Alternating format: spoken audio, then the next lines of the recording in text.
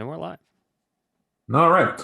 Um, we're going to just hit the bricks going here to get a lot more content in tonight. We are here with the usual crowd, minus Mike, who has work, definitely putting in them hard hours and getting that in. So we're going to leave him to that and get him caught up with Warren. It is a saving place for Warren anyway.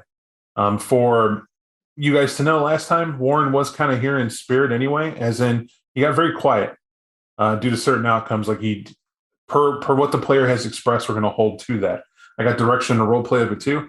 When I'm too express, Warren seems to be withdrawn, like he's contemplating a lot more. Like he's gone from being like firing on all cylinders, thinking on his feet, to where it's as if he shook a bit. Not that he's lost, but somebody had.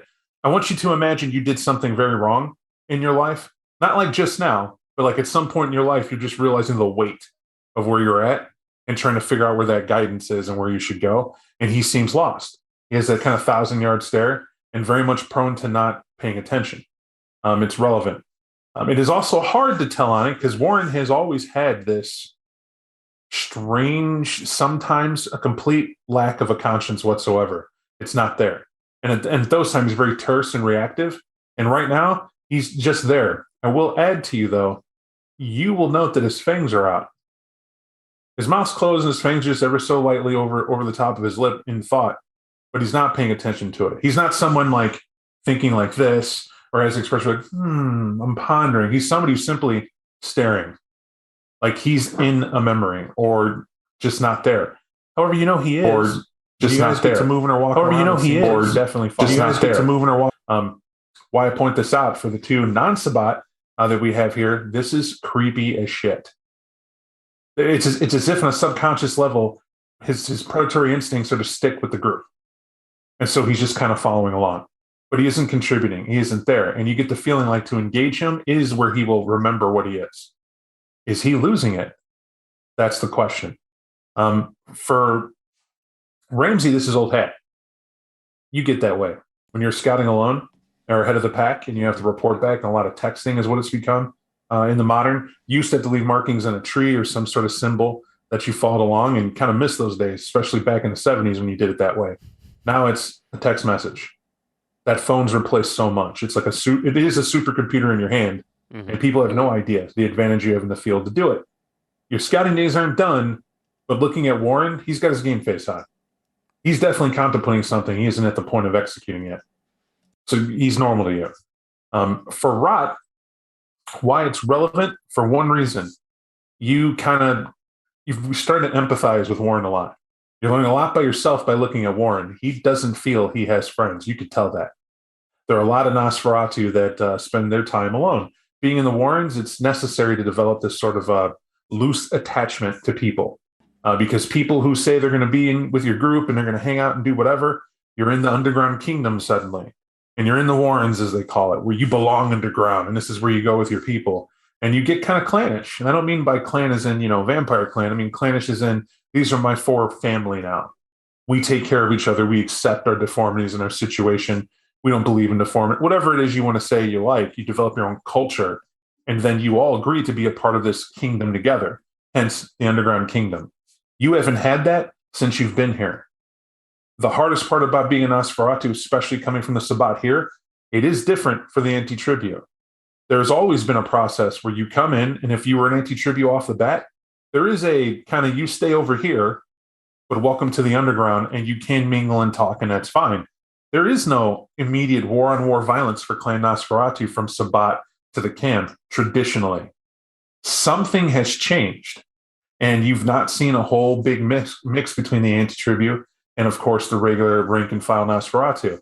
And that is because, for your edification, this is the culture difference in the beckoning, what it's done.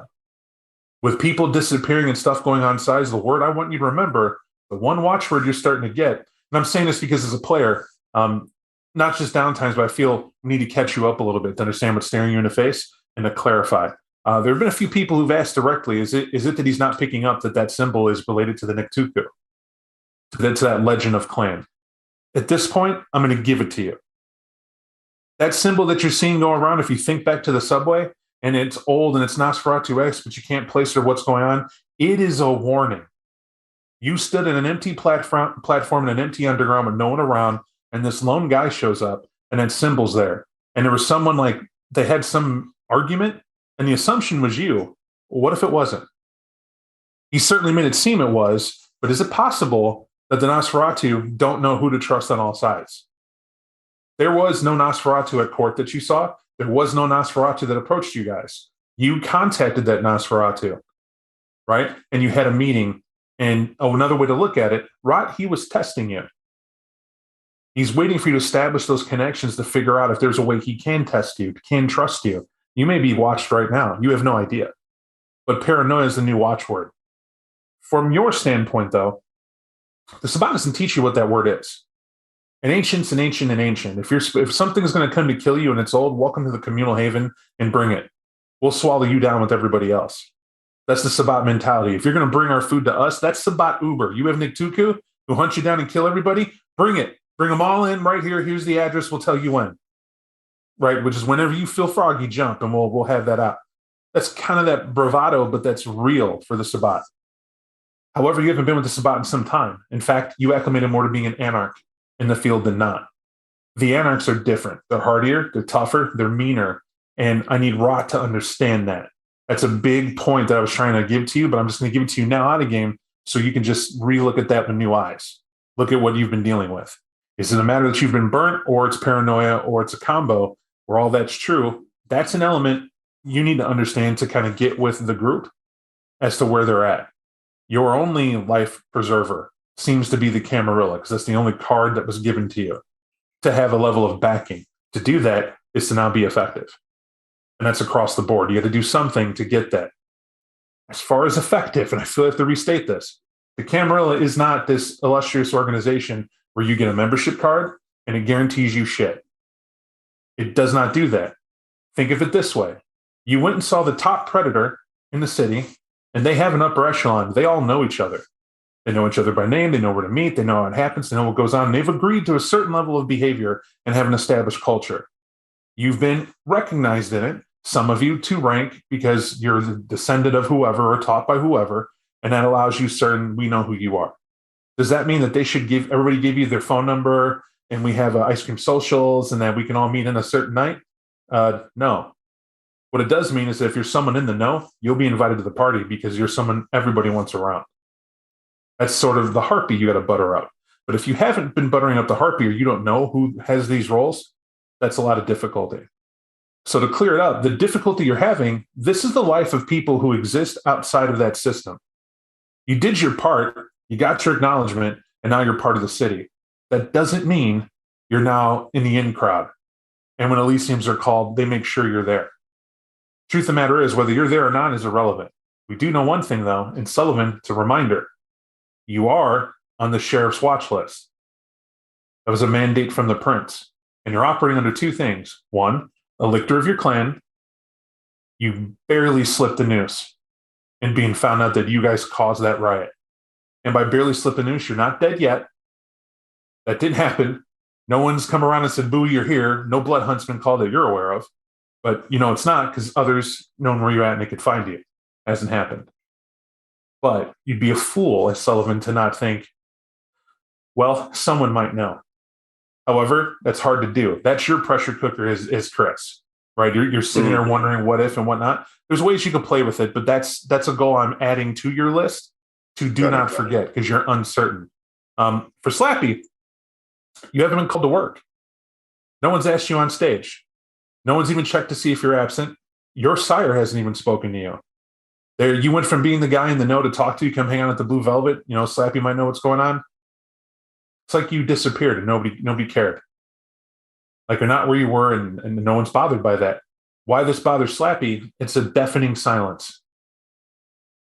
Think about it. The life of an entertainer, especially his caliber, being a local city hit that drew people, you made $1,000 panhandling in a park pretending to just be a dude playing ad hoc because that's your skill level, right? That's the equivalent of the late Meatloaf deciding he's going to serenade people in the park and put on these performances, and then afterwards someone holds out their head. Of course people were throwing cash into that. What entertainment did you have walking through the busy part of the, you can see that, right? If you're in Millennium Park and it's busy and everyone's walking, I will do anything, right? What is this guy doing? That's the perfect rendition of Meatloaf. And someone goes, I think that is Meatloaf.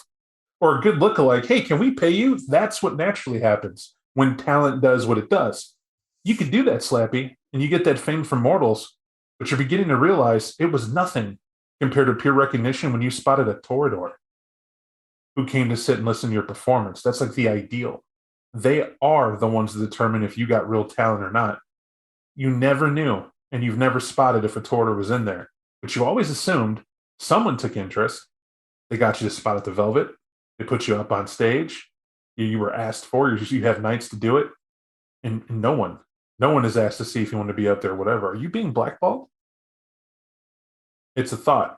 This is a clever reminder. And by say clever, I thought of it. Apparently, that was my arrogant statement. I meant this is a reminder for everybody to your nightlives do need upkeep here. There was a curveball thrown you, but as anybody can tell you, in life, when thrown a curveball, you cannot fall back on your routines that keep your life stationary. This happens to everybody. Take a deep breath and assess and deal with what's in front of you right now that you can't. That's my advice. This is to mitigate the stress you may feel, or for the audience, even when you check this out, you think, oh man, that's a lot. It is a lot to deal with, but that is an immersive life in the world for any kindred or vampire, whatever you call it. Remember where you're from and what you had to do and what you can do. And with that, that's my soapbox away. And with all that in mind, we are continuing with the next night, as said. There was a bit of what to do and what we want to do, and we were talking, but we ran long on time, and we decided to pick up from there. And you guys can feel free to start. Turn it over to you.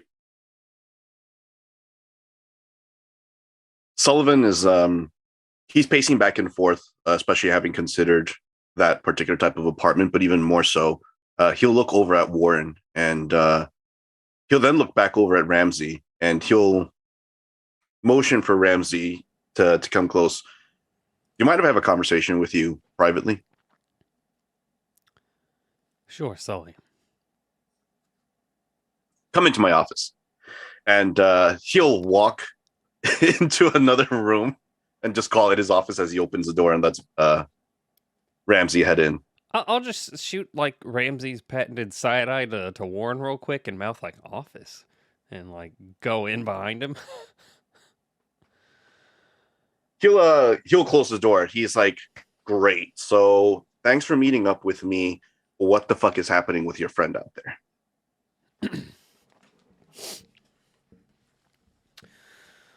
Warren knows he's in a tight spot. He knows what's on the line for all of us. He's defaulted to the pack. He's following the pack. He doesn't know what else to do, so he's following the lead. And he's prepping for when shit hits the fan.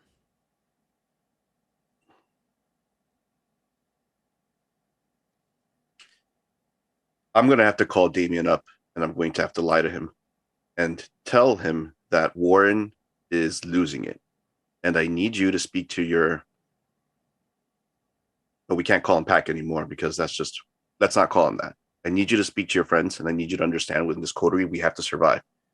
Warren may or may not have to be the scapegoat, but this is the only way we get out of it. If I understand correctly, from what he mentioned a little bit earlier, he threw Tally under the bus. Scapegoat? Oh, hold on. Here's what I'm going to spin. I'm going to tell you exactly how it's going to go so that you could explain it to them, because I think you're rational right now. I don't see your fangs coming out, so that's a good sign. I'm going to have to call Damien and just tell him that Warren's losing his shit, and we're just going to watch it over him. So not to pay attention to what he's saying.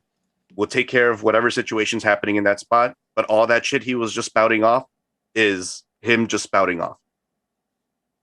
Damien will kill him. You call Damien and tell him Warren is slipping. That's it. Well, we're watching him. He hasn't slipped in public. He's a little bit jumpy, but that's why we're containing it indoors, right? Indoors. Because the alternative is Taddy kills us.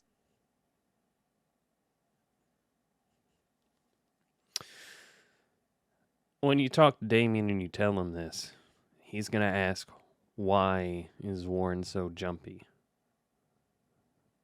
What are you going to tell him? he's reformed. He still hasn't seen the light. He's still kind of adjusting to the camera way of doing things. And to be honest, it's a little bit hard to take care of all this stuff. But I'm trying. We're trying. We got to make it through and prove to them that we can reform you. So you won't answer the question. You'll just spin it away? Yeah. Ramsey will just kind of stare at you for a second. Will that work? It's only one way to find out, but I need you to be on ball with it as well. So when I say, hey, everybody, is Warren acting a little bit funky? You'll be like, it's okay, Sully. We got this.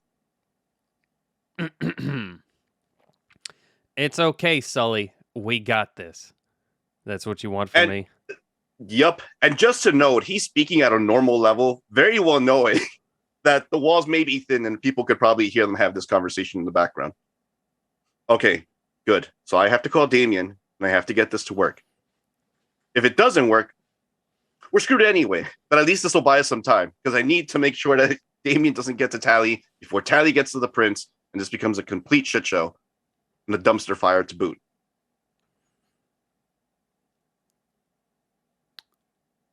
Okay. It's okay, Sully. We got this. It's Jesus okay, Christ. Sully. We got this. Good. He'll put his hands on Ramsey's shoulders and just iron out smooth out his shirt. He's like, all right, I need you to go out there, be a good soldier, and let them know what we're about to do. I'm gonna have to make this call. This is the weirdest right I've ever heard anyone attempt. We're not supposed to do that anymore. Go ahead. Right. I need a bit of privacy for this one. Oh, I'll walk outside and close the door, but I'm gonna lean up against the doorway. Absolutely. You would have saw his phone turn a light. And The hell is going on in there? It's okay, Rot. We got this. Okay. Slappy's just leaning in the corner, kind of fucking just shaking his head, looking so what's the plan? What's going on then? Sully's making a phone call, and dependent upon how that phone call ends, we could go multiple, vastly different directions. Word. Okay. Cool. Well, we'll go one step at a time, right? Right, fellas? Shit. So, the phone call you're taking, Sullivan, you know who it is. It's your ex-wife, and it'll start off the bat. She'll sound very, I'll say, distressed. Sully, baby, please be you. I know, please be you. He'll take the first. Yeah. What's going on? Honey, something's wrong. I don't. I've been losing track of time. I don't know how else to say this. My job keeps me busy. I'm in and out. I see patients. I do what I do, and I've always worked the late shift anyway. But I'm missing in time. I don't remember the last time I've seen the sun. And today, I got this odd sunburn on my arm from just being I normally have the windows shut and I sleep in the bed, lots of blankets. You know how I sleep. I'm dead of the world, and now it's a burn, Sully. I know what it is. It's like a 3rd-degree burn on my hand. I don't know how it got there. It couldn't have been this. I remember waking up because my hand hurt and I just rolled over and bundled up, and I've slept 15 hours on average. Just out. I don't know what's wrong. I need your help, Sully. What do I do? Where are you? I'm at home. And you know the home because you bought it. Have you seen anyone? I am seeing a doctor that I've had to have. it was unhealthy. You're right to have been following you around like I was. And I know it's not right. I mean, you go to all those nice parties and you're with those people. But you were, I don't know. I last know that I went to an event and you were at the Field Museum, I think it was. It's hard to keep up with you now. And there were all these people, and the door guy was nice. He got me a meal. I talked to this beautiful woman who showed me an exhibit, and then just basically gave me the number for a doctor to talk to. And this whole group's been really good. They're attached to that Rush Hospital. That's all the rage. They have a really good services there. I don't know why it's so hard for me to admit that, but we all have problems, and I'm seeing someone about mine. It's not healthy to stalk after you. Your decision was your decision. I understand. It's just I still thought we were best friends, and it's hard to live without my husband and my best friend. Listen, you sit tight. I'll come back. I'll come to see you. Give me about an hour. I just have to take care of something really quick, and I'll be right there. Do not leave home. It's for the better of you. Oh, okay. Should I be worried? No. I mean, I don't want you to get hurt any further. And if you have burn marks, then I just need to make sure that I get a good look at it first. I don't trust many doctors. They're quacks anyway. You know how I feel about them. I mean, listen, I understand Rush is doing you good. I don't want to discredit. Do you still take your scotch like you did before on the rocks? Neat. Yeah, I do. Okay, I'll have it for you. Thank you, Sully. Thanks, baby. And shutting up the phone. Every aspect I want you to know. I won't even give you a role for it. You know your wife, right? Your ex. Had to distance yourself because you're dead, and that was, probably a very tough part of that. And you've always been talking back and forth, but as she started following you, that made it very hard. You didn't submit any services to find her. It's just you're not going to be alive during the day for her to talk to. Is what it is. But it's however you see it. Is it a positive point she got help? Is it not a positive point? Whatever keeps her distant but understanding. But you can hear it. She's still calling you baby. There's still those honey baby, I love you, boo boo affectations that attachment's still strong. And it would have to be hard to do it. I'm letting you know to go see her right now because she's hurt. Makes sense. You have your reasons. Keep that in mind. He'll put that on the back burner and he'll just kind of like hold on to the phone a moment. He's just like, it's one thing after another. Okay. But the equivalent of this is one stain, is what this ends up being. This is because your touchstone is being fucked with. Right. In that capacity, not and by your own means, just by you being the immortal you are in her, that life is starting to strain. What I could tell you easily, Sully, it's because you're not following the routine you had set up where she was set. Right? She was at a distance, it was safe, and that was okay. It's not that way anymore. Right. All right, I gotta go see her in a bit. Okay. He will have to make that phone call first to Damien. And he'll adjust his tie and he'll call out to Damien. Damien will be, not a fucking word. Not a word. I don't want to hear anything from you. You can meet me downstairs at that Whole Foods bullshit parking lot you're camped above, and you can come right down there and you can meet me eye to eye. That way, if I don't like what you said, I can handle business right there. It doesn't have to go anywhere else. I'm not chasing you. I'm not wondering where you're at. You feel me? And I'll hang up. He'll all right. He'll walk out. He'll take a look at everyone. I have to go speak to Damien. Actually, he'll look to the rest. He's like, we could go speak to Damien, except for Warren. You just got to sit tight for a bit. There is no contest from Warren. What he'll do is look at you and he'll just calmly say, "You're gonna lay hands on one of you." No. Just you chill. I'll chill. I'm telling you right now, he's gonna make an example out of one of you. He's got to.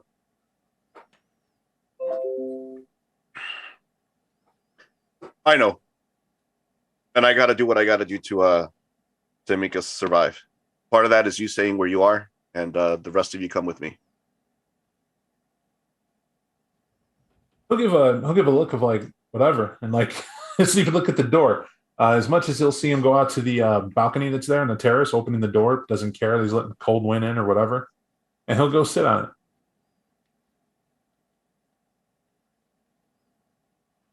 And Sully will start heading down.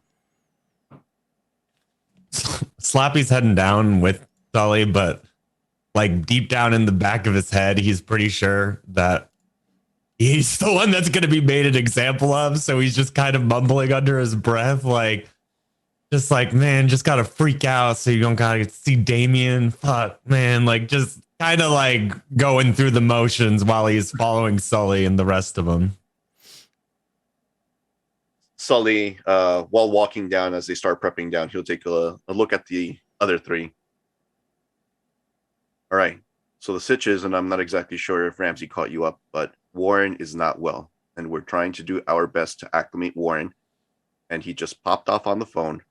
And we're not exactly sure what happened. This is the reason why you, and you'll look at Slappy, panicked. And it's because you weren't exactly sure what to say because Warren was tweaking.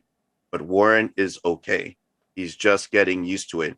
And us being Camarilla aren't used to their interactions as they start to get used to our way of life. Does that make sense, Slappy? Yeah. That makes sense. Good. I can I'm picking up what you're putting down. Perfect. Good. He'll give a thumbs up to both Rod and well, if Rod is around. But he'll definitely give a thumbs up over to Ramsey. It's okay. We got this, Sully. Right. He'll head down. Okay. Wait, I just am not gonna. It's okay, Sully. All right. You go out to this parking lot that's down below, and you got to understand, it's not like to describe for you. Picture, if you will, here. Instead of digging up all the photos of what this looks like, you know what type of posh condo you're sitting in right now. It's overlooking a strip. On this strip, you can see that in distance, not far, is some sort of stadium. It's probably to a concert hall. You're not really certain, and nor can you see the sign. You just know the glitz of the sign light is there. And across the street is somewhere that is advertising was the castle, right? It's still there. This old like castle moniker sign thing that's there, except you can tell that it's under new management, right? There's some renovation going on at the top. Like someone likes the look of it and they're keeping it. And to you, it's always locally been called the Blue Velvet amongst the kindred. That's what you called it. And it's like somebody's trying to make that sign back up, or they're actually going to openly call it the Blue Velvet. You're not 100%. But this is within eyesight, blocks away. Now, distance-wise, it becomes clear to you that where you're at is not by mistake. I want to remind you, you guys spent some time at the Blue Velvet. That's where he plays there. We know where this is. Maybe that's all taken into consideration. Where Slappy plays, it's kind of a stomping grounds. Sullivan, you go there, you have membership at a spot. You know, we understand what sort of place is near us. And it becomes a hell of a coincidence that you're but within eyesight, right? Really a span of, I'd say, about 11, 13 block city mile, if by any other term. However, easy to do in a big city like Chicago. When you're in downtown or near the outskirts, other than understanding the neighborhoods, it really feels like it's the same. You know, you're going to have a coffee shop in 8 different directions in spitting distance. There's businesses everywhere. The residential stuff is in the outer skirts in different rows. Definitely see that too. But where you're at, it's like everything you're looking up, trapped in a jungle of concrete. It's weird to you that when you take an elevator down, it is inside the elevator, there's a spot to actually open up into the Whole Foods itself. Because it's right underneath you at this building. Not just that, there is a connecting parking garage. Level 3, you get out, you can just walk to the parking garage that's attached to the building, do your thing and leave. It's pretty posh, and you begin understanding why. This is a prime spot in the city to be operating from. The other thing you're going to get, pretty clear, Sullivan, a lot of businesses must rent out these condos, which is what goes on, which tells you clearly your clan has ins, and they've spent money for you to be where you're at. But if they did that, this is a domain. That means nothing you've done, probably nothing you've spoken, is going to go unnoticed here. You're on their dime. In a panic, you were put here. And now you're beginning to wonder if everything you said is suspect. You've said a lot of damning things in front of each other, but no one's acted on it. So maybe it's not bugged. But it's something becomes clear as you're going down here and you see it. The security team, you guys come walking out, they don't say anything. But you'll watch as a lady tries to come in with her son, who looks like maybe 12. He's like, ma'am, you're going to have to sign in. Got to sign him in. She's like, it's my son for the weekend. He's going to sign in. You got to sign him in, ma'am. He's like, what? We got to give him a pass. We got to sign him in. Even though it's my son? Yes, ma'am. It's policy. On premises, we got to know where he is. So, and as he comes over, you'll overhear. We track on camera. We know who it is. It's for his safety. Do you have a lot of people going missing here? No, ma'am. It's purely precaution. It's a what if sort of thing. But at the same time, we know him. We know him in a building. There's no concern as to who this might be in the premises. Oh, okay. They spend money. That's a professional tick. That you note that they care about the premises a lot. And so that's noted. But you guys, untouched. No one's asked you to sign in. No one asked you to get anything. Sully, you're the one with the key. So that's tail of the tape, right? However, when you walk into the Whole Foods, it's a Whole Foods. Now, I'm going to ask for you guys. I'll go into the description if you're not aware of what a Whole Foods is. Yeah, I know. Yeah, I've been to Whole Foods. And do a couple. Okay. So we know this much. It's a super chain designed to cater to the upper mid lifestyle and higher for the freshest foods, the most convenient of access, the nice buffet that they have laid out on the left to stack home for the work rush, and every number of the higher end but super healthy trends that one could look to find under one heading, one roof. That's what it is. Nobody shops for your daily essentials at a Whole Foods. You come here when you want to put on a dinner. When you've gone through the effort to wash your ass because that right someone is coming out with you tonight at home, you make a show of taking them to Whole Foods. You don't skip that, right? That's part of the show. You walk in and showcase that you know the deli guy at the counter, or at least fake it. And you know how to ask for the right poundage or Kobe beef. Can I get it? All that upsell is there. What I want to say is that poshness plays up to where you're at and to the locale, and the reason why this adds to that whole money's money. Because it explains why when you see this angry kid, is what it looks like. Looks like a 17-year-old with a lot of weight on his shoulder, right? Standing out in front, still rocking his old band shirt. You're a Chicago native. You get what Baby Chorus was.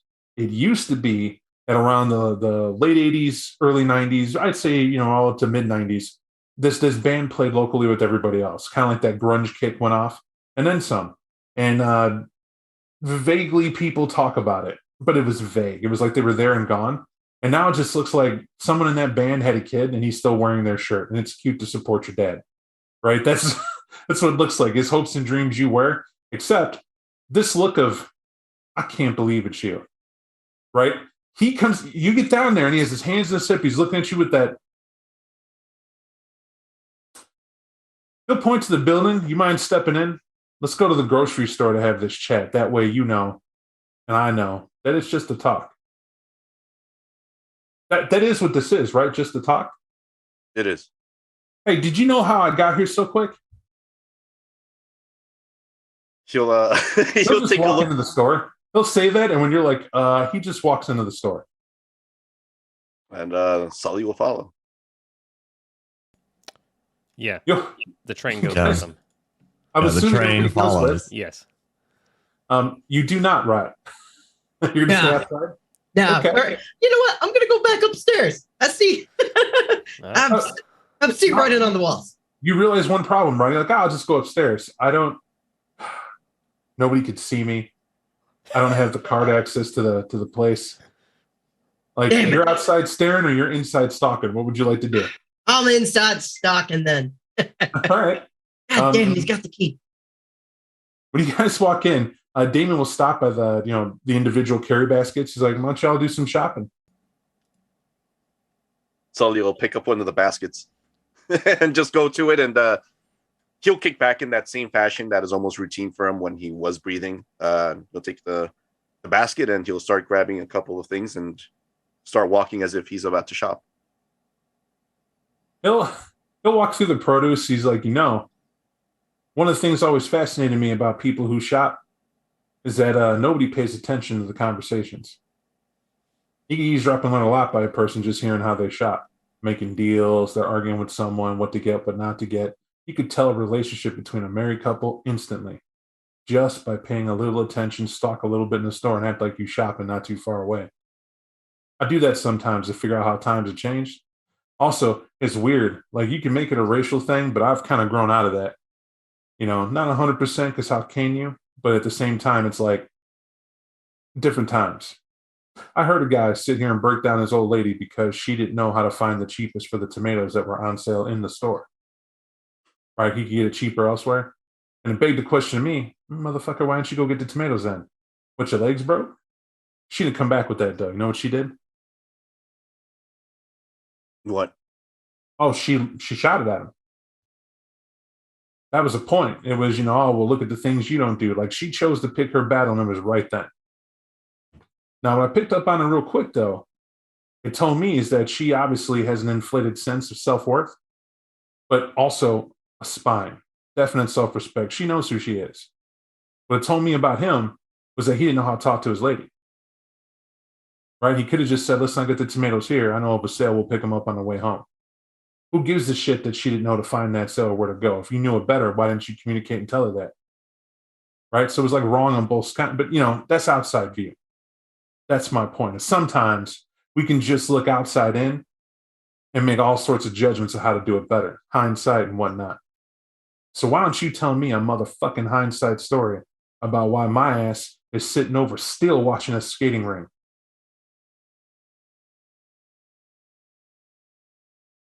We're there are a lot of things going into it. We're taking care of it. It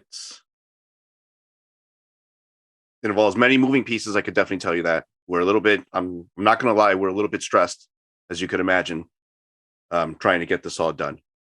However, we do know that. Getting what done? Now, see, here's the thing. He'll pick up an onion. He's like, you know how to tell a bad onion from a good one out of curiosity? I never get it. It's got this brown shit on the outside. He'll hand you an onion. Sully. He'll take the onion that's given to him and he'll observe it. No, to be honest, that's not something I did. I usually left that up to my old lady. Oh, that's honesty. He says, hey, Ramsey, you know how to tell an onion? Good or bad?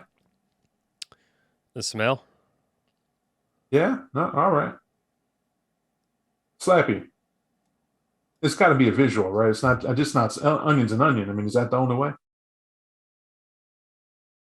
Slappy will just shrug his shoulders and he's like, I mean, I just peel the shit off of it, right? And if it's white, it's good, but if it's not as bad, right? The darker the onion, the more bitter it is. Now, let me tell you what I know right now in this conversation. He'll pause a second, let a lady go by with a cart, and do his thing. And by the way, he doesn't smile and nod to let her know everything is okay. She comes like kind of by to, excuse me, let me get some Bronco sprouts or whatever. She's going to get a pound of it. And she's like confused about what she's getting. And you'll see Damien just grab a bunch and hand them to her and she'll take it and walk off. You ever notice that? Someone's so rude that when you're reaching for someone, they're just like, fucking here, get out of here. And doesn't look at her. And she'll walk on like, okay. And you'll see her kind of put it in the cart, but like it's diseased. I didn't get those. I'll be back soon. Right. And she just walks off, which is his goal. And he'll just listen. What y'all just told me just asking about an onion, is that Ramsey ain't as far gone as maybe he like to pretend he is with that whole instinct bullshit talk. And then we have my man Slap, who's down to earth, going to get in an onion. And even you, Sully, and you arrogant ass people. Let your wife take care of it. I'll slap you just for women. Women's rights everywhere. Make a point, right? Now, I'm misogynist. I'm old school. I believe in that. If women can do what we do, there'd be a lot more in the positions they got to do to be that, right? Till that changes, I guess I'm not going to be in line protesting for anybody. But I tell you like this.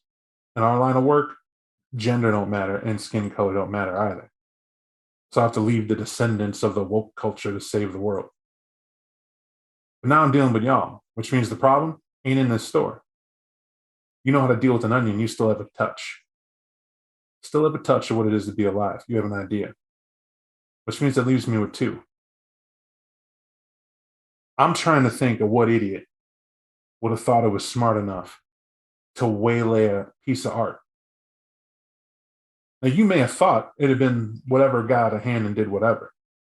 And there's stories, there's things that aren't conclusive, but I'm being forced to swallow that Ventru pill because my boss is Ventru. Right? We know that. So if he's accepting the story, that's the adjudicator of yes and no.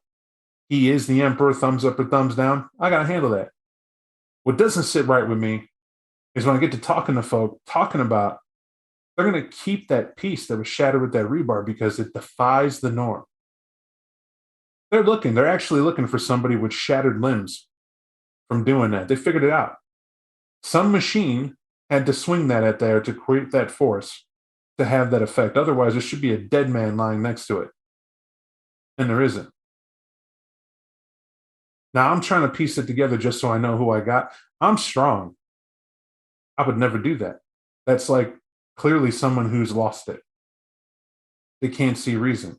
And where you think that's beating an old drum, what this is caused right here, this is a meeting. Now, whatever the hell you called me up about, I just bumped you up on the table because it annoys me. I get a call from Tally chewing my ear up one side down the other because Warren done told him some shit. And maybe that's the story you want to tell me. Maybe not. But that's the one I care about. So I'll tell you what, we open with my pep talk. That's great. We shook the tree. How about you tell me what we can do for you today, Almighty Sullivan? I'm just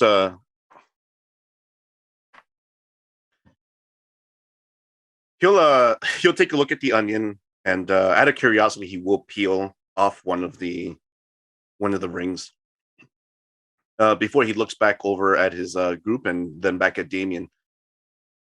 We're taking care of Warren. He's still acclimating, and it's hard.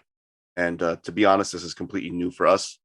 And he'll motion to Slappy and himself. But sometimes he may or may not be slipping. I know that he sat down with Critias, and we all been through that school at one point or another. He may just need a little bit more. Now, see, that's how I know you didn't go through the school. There ain't a little bit more. That's not a college. You meet at a college, you'll talk in the college, they'll treat you like a human being, you'll talk like that. You'll discuss philosophy and histories and all that fun stuff, but it's building foundation for you to think before you do something. And that means something coming from me. So you understand that what you just told me was it's a giant social sandwich you want me to chew and swallow and forget about whatever I'm going to say. But I'm going to let you in on something. I didn't say Warren was a problem. You said he's a problem just now. I heard that he placed a phone call erratically, had mentioned things, and before anything happens to it, I take full responsibility. Okay, so that tells me that who I would talk to. Get in here. He'll grab you by the arm and start dragging you towards like the produce section, has that back section where workers are, the swinging doors. You guys could see him, but he'll pull you in so he could do that close talk. You want me to sit here and say that a goddamn Lasombra is correct over another Bruja. I don't care what he came out of that school. Do you know what this means? You know what the hell you're telling me? You're saying that this fucking open Templar killer from a sect of nightmares, we're now taking in lock, stock. I already know KJ's accepted them. I already know that the ink ain't even dry on what was agreed to. They're in. And the only thing that could pull their chain out is if you could have told me that this dude was a problem, and you can't tell me that. You're telling me Warren's the issue? We could fix him. He'll snarl and we'll turn, and he'll stomp down further in the back, and you'll see there's like some pallets of plastic wrap up on there, and he'll push it. It doesn't fall over, but he's not intending it to. You can see he just needs something. He needs to appreciate the physicality of his anger, do something with it. As he takes a minute, he pushes it, and you'll see a worker like go to say something, but there's a certain energy to the room now in the back. And also, kid's maybe 17. He's not looking to fight anybody, right? It's like almost peer-to-peer at that point. And it's some blind-headed kid who's back there like, cool. Yeah, he'll just walk away.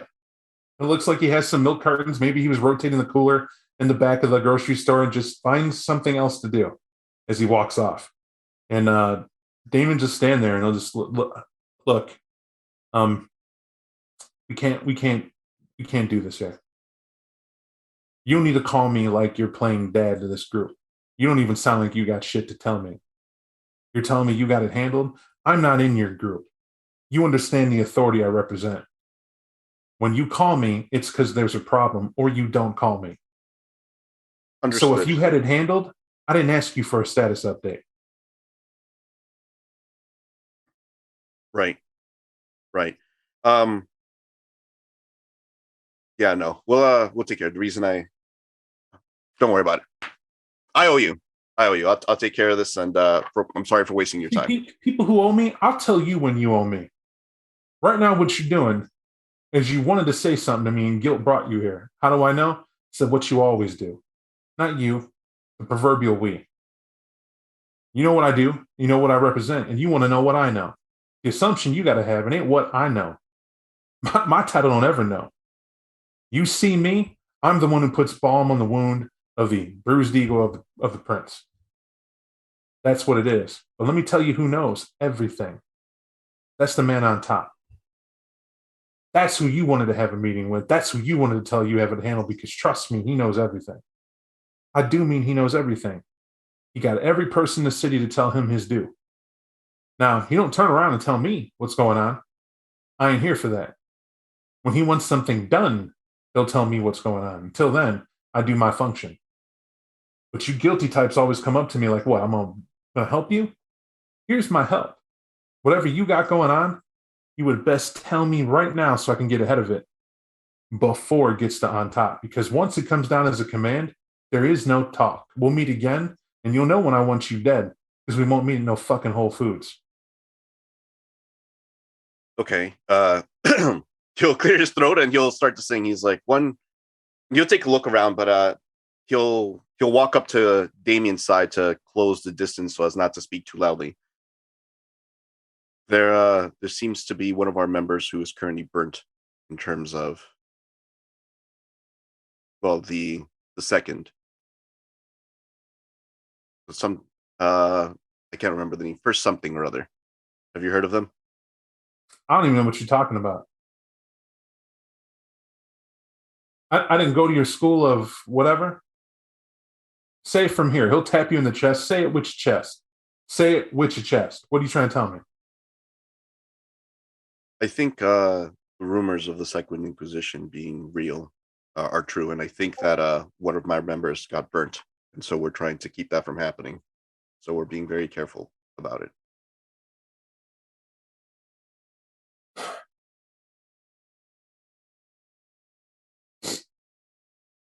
He'll sigh, he'll nod his head, and roll your resolve composure. Not for a lack of control, but to see if you can sense what may or may not happen in this moment. Right. Nice. Press comp. Press comp. Absolutely. As if this was your telltale everything. All your ability of reading people, understand what's going on, to figure it out, how you do discussions and talk. Normally, I would say this kind of got you on edge. But you talking with him like this, you're beginning to see it's not about this guy being a monolithic information broker as much as it is a guy who is a doer, as he said. Once realizing that, he basically told you his tell. And what you're looking at is the info you just told him, and it'll catch you. Enough for you not to reveal it on your face that that's what you have done. You told him that you know it's not a myth of the Second Inquisition being on one of your guys, and yet you still met with Damien. Wasn't good enough that this Second Inquisition could be on you and your guys. You've now made him a target because he's been seen to talk to you. You get that instantly. And the look on his face, there's like a smoldering rage that's there for a minute, and he lets it go. He'll smile. You're like, oh, I guess they don't have that Mountain Dew watermelon back here like I was looking for. I thought that was a wild flavor anyway to be out on the shelf of a Whole Food. I guess they don't have it. Thanks, Sullivan, for coming back here to look for that. You know, I'll look forward to you at the next concert, though. I expect you to be there. You know how it is. Them concerts are cool. As he comes walking out from the produce area, you guys will notice that he looks a little more livelier, more than breathing in and out, because it looks like nervous breath he's taking in. Mm-hmm. It's like, oh man, these onions are good after all. Take this bunch, and then what is it? I need these cilantro. Probably better use some fresh tomato, you think, for the night, guys? You got to make that guac right. Fresh I is think always better. Fresh is the best. And he'll start going through the aisle with killing time shopping, up to and including pulling out a sheet of paper that he has to unfold, acting like it's a grocery list, which probably is not. As he continues on, walking at a normal pace, not ditching you guys, isn't walking away in a hurry. I will keep up the facade. I will also throw some things into like that little basket thing. I'll even grab a bottle of kombucha. I don't know what kombucha is, but I know it's popular with people. See, you guys get all this stuff, and it's a giant fake show that we won't roll for because you're kind of being led down in any way. It's conversations he makes up. Where he talks about a guy. He goes, "Hey, do you think Tim's still having problems with Rhonda? I hope that stuff works out. But times are troubled. You know how it is. COVID couldn't see each other. They broke the rules and did it, and they all got sick. What were they thinking? Am I right? It's terrible. Hey, you're not keeping those signs are there for a reason. You got to be at least 6 feet apart, guys. It's just not professional." He'll chuckle, not wearing a mask. He's like, come on. It's the Kung Flu, and I got a black belt, right? Come on. We know what we got. You can handle it, right? And there's smirks and jokes as he tries to start bad things. And for the most part, welcome to the business end of being in the city. People have no time for whatever the hell it is you guys are doing. There are folks blurring past you. They're getting the milk in their expiration date. They're picking it up and putting it in. They're not even paying attention that Ramsey might be a little creepy if they slow down and pay attention. No one's got the time. These people are wearing the after work outfits. You can tell some of them have the collars loose. More than one guy has a list walking around and then putting it up, and it's wine and maybe some meat. You might catch the. There is no one. That's probably the shorter way to say this. There is no one walking around with a massive cart loading it up with nonsense. It's like everything here is designed for like one outing, one and done for the guests in the building and what have you. And could be the time of night. Most people do that during the day, and you would be correct. But get to the self-service aisles, which a lot of people want to do in the checkout. And the whole time, Damien's just getting quiet, occasional chuckles for no reason. Every time he gets around someone, giving the illusion that you guys might have been talking. Are you doing anything different, or are you just going with the flow? Sullivan's going to go with the flow. He's like, "Gents, we still have to get ready for that dinner party. We got everything we need?" Yeah, I think we got the whole list. Oh, perfect. I'll put it on my card. Here, hand that over. I'll hand it to him. So what you'll see is that Damien, he's like, "All right, man, we're all set." And you hear the lady go, "Okay, this is yours. Can you put the divide up?" And Damien goes, "Oh, no, it's all together." And, they start ringing it up, whatever, as he's standing at the end. And as this woman's like, they're separating it all correctly. She tried to engage in a conversation, and Damien's like, "Yeah, cool." And you realize all she said was, "Is your name? And do you need anything else with this?" And he just said, "Yeah, cool." Didn't even answer. And she's like, "Okay, all I need is your card." And he goes, "Nah, I said it's together." He has the card. No point at Sullivan. Sullivan will pay for it. He's like, "I'm sorry about that. Here you go." It's like $276.89, right? And she doesn't blink an eye. There are stores that's a brawl, right? To get that total of some people just shopping. It's like, oh my God, it's that expensive. Like a family's month of grocery just went away, right? Or depending.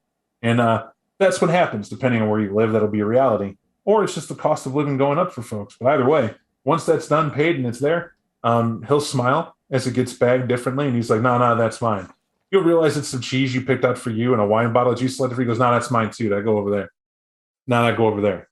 And that goes over there. And that goes over there." And you're realizing he's just basically shopping out of the stuff that you guys got. And that's that. And he'll go, "Oh, man, a lot of shopping. This is good. I feel better. What about you?" It was great. I hope everything's fine with your family, and we'll catch up another time. Yeah, it's going great with the family. He'll not turn around. You'll just see him walk into the end of the alleyway, and he'll turn right. And by the way, it's weird. You figure the parking garage, he must have hit it. And you begin to realize you just kind of met him downstairs. You didn't get out anything. You didn't really see him do that. You're left to go up. However, this is for Rot. Tend to be a guy in the shadows paying attention anyway to what's going on. You can see down that alleyway, you hear the dumpster lid open up, and that bag gets chucked in, and he lets it slam shut. And he continues walking. And it's weird to see that level of like, that's like a weird teenage kid thing to do. Like, you get the message without having to be told, but I'm just giving it to you, just in case. He's irritated with that whole outcome. And that's that. As you guys are left to yourself here for the moment. Man, I hope someone frequents the dumpsters at Whole Foods. You'll Sully will take a look at the rest of them. He's like, well, we're still standing for now, and we've got business to take care of. Shall we? Yeah, I mean, I didn't get my ass beat, so that was definitely like way better than I expected. So Sully will laugh at that, and he's like, yeah, we still got a good couple of hours to see how that evening's going to turn out. But we'll make it through. We got to believe. We got to make it through. Hey, listen, I got to put these groceries upstairs. Let's have a conversation. He's got the sad mom groceries done. You know what I mean? We were all kids. When mom came home, you helped us. She had your favorite sugary cereal. There was some snacks you were going to just destroy when you walked in the door. And every mom knows what the family likes, and like that's supposed to be there. You realize that your sheriff handpicked those out of your bag. So you got the eggs, right? You got the staples. He left you with the oatmeal. You would have got like all the staples that you need to last a while around the home. That's there. But your nice cheese, your guacamole makings or whatever the hell I have, and the wine is in the dumpster. It's a good thing to note that. I'm only pointing it out because it's a servant example. I would give a perception-based roll here. I want based on etiquette. Let's try something different. I always like this because there's many ways we can slice this up in V5. And it doesn't have to be the old true. Obviously, my brain stuck with it. But let's do intelligence etiquette because this is more or less trying to pick up what was put down than anything else. And I feel etiquette's going to be your saving grace. I'm going to do one better. The highest etiquette. Who has it? I have an etiquette of 2. 1. I have it 1 only, so looks like it's Sully. Oh man, Ramsey's got a higher etiquette than me. Oh wow! Yeah, you tend to pick up etiquette after you get your ass beat so many times for not having it. So what this is, because you guys were there, those were there with an etiquette, not Sully. Go ahead and give me a roll. What this is every 2 successes between you guys will add 1 die as an assist and aid another, so to speak, to Sully for this. As you guys will begin talking, and we're going to skip that part of trying to figure out what the high and low could be of what just happened. I'm sorry, it's etiquette plus Intelligence. Thank you. Can I roll with an etiquette of 0? No. Okay, cool. Must have etiquette. I was We're just including checking. hunger dice, I assume. Yes, hunger dice is a part of it. Okay. Double checking my hunger. Please ignore my cat in the background. It is a savage cry for attention to someone who's not here. All right, 2 successes on my part. All right. So what we're going to do here, this is from Rot. As you guys are listening to Rot go back and forth to try to figure it out, he keeps adding terms like we were being tested, right? He put his hands on you. That was to let you know he's not afraid to put his hands on you, but it was to bring you in the back. It just seemed suspicious, right? Like definitely he felt an intimacy between what was going on, but he doesn't know what it meant. And hasn't put that piece on the table. For you, Ramsey, it was simply the location choice. He did it to let you know he knows where you live. He knows where you're hanging at. So the sheriff knows now. That's something that you guys had no idea as of this point. But that's so obvious. Okay, the cat's out of the bag. For Sullivan, your etiquette roll, sir, with plus 2 dice. Got it.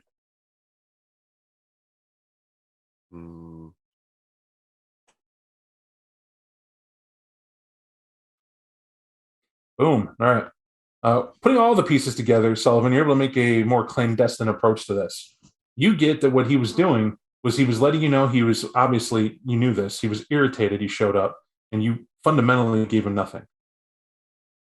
It fundamentally meant nothing. However, he could have taken it in several ways. Him showing up here is to let you know that wherever you're at, he can find you. That's first and foremost a feeling you think he wanted across. Of all the things a sheriff can do, that is something a sheriff can do easily. And he did that. The second thing, he may have brought up Tally briefly, but not to what extent or who did what to it. And the fact that he did and you filled him in, but then wisely pulled back, that irritated him further. This was that mea culpa meeting where if you were going to make a heartfelt connection to get help from the sheriff, this was that meeting.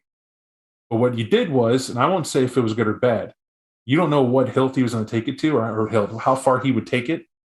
What if you said Warren was bad and that we're working to deal with that? Well, then he would move to deal with Warren. You're not looking to do that. What if it was a situation where he was looking to see what really happened at that park and figured he could intimidate you and get that answer? You weren't ready to do that, right? And that's cats. Sorry. rather antsy. But bottom line, there was a level of shackling on him. In particular, though, it's when the Second Inquisition was mentioned. You've crossed a dangerous line. And you can get that from both, I would say from an Anarch perspective and even a Nosferatu perspective, that's what he's trying to tell you. That level of intimacy and suddenly the disconnect and distance, he's made you're in a very dangerous situation, which you can get collectively. Where before he was willing to show up and he was here and at least swearing, he wasn't yelling at you and wasn't threatening you, that was there, but it was just very much veiled threat. It was sheriff talk. Like, I know, but don't know. And you get, he doesn't know a whole lot, but he hasn't been given direction. And when you realize even you're stonewalling him, he got distant because he's making an emotional disconnect.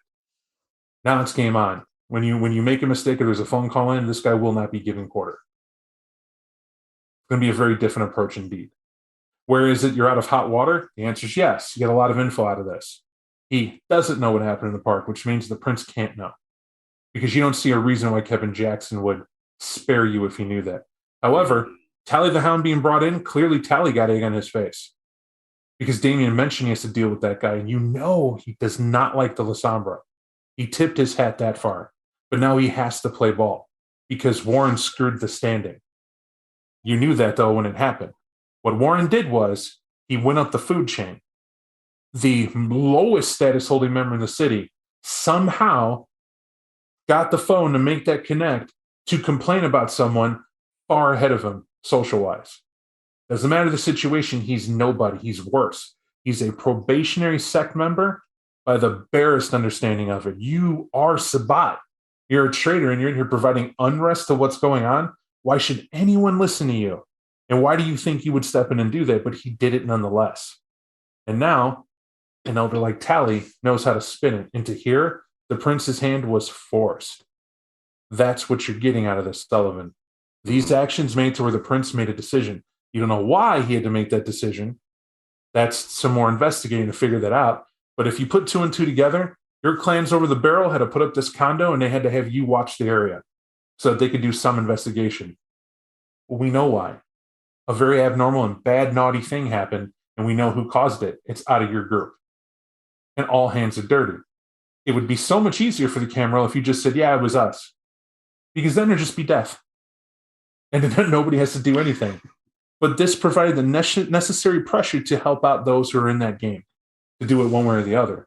But the solution is the circumstance is the same. Damien is no longer at all neutral with you guys. You definitely feel that level of hostility in his interpretation, especially added to the fact that Rot points out he slammed your groceries into the dumpster and walked off.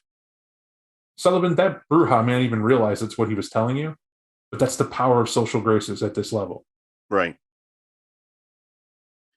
He'll as they're heading back up into the apartment, he'll stay quiet for a second in the elevator as it goes up, like the first, second, third floor. Before he casually mentions holding on to the plastic bag. But we've burnt Damien. He's not going to be kind to us, but it's pretty ironic considering that I had to tell him the situation regarding Rot. But I would have told him over the phone, but he wanted to see me in person. But then he gets upset at me for meeting him in person, and he's like, never mind. That's just... If he's burned, what did we get out of it? Well, We're not going to get any help from Damien to begin with, but it did buy us some time. I do have a question. Do you want to know why he got mad and said meet him in person?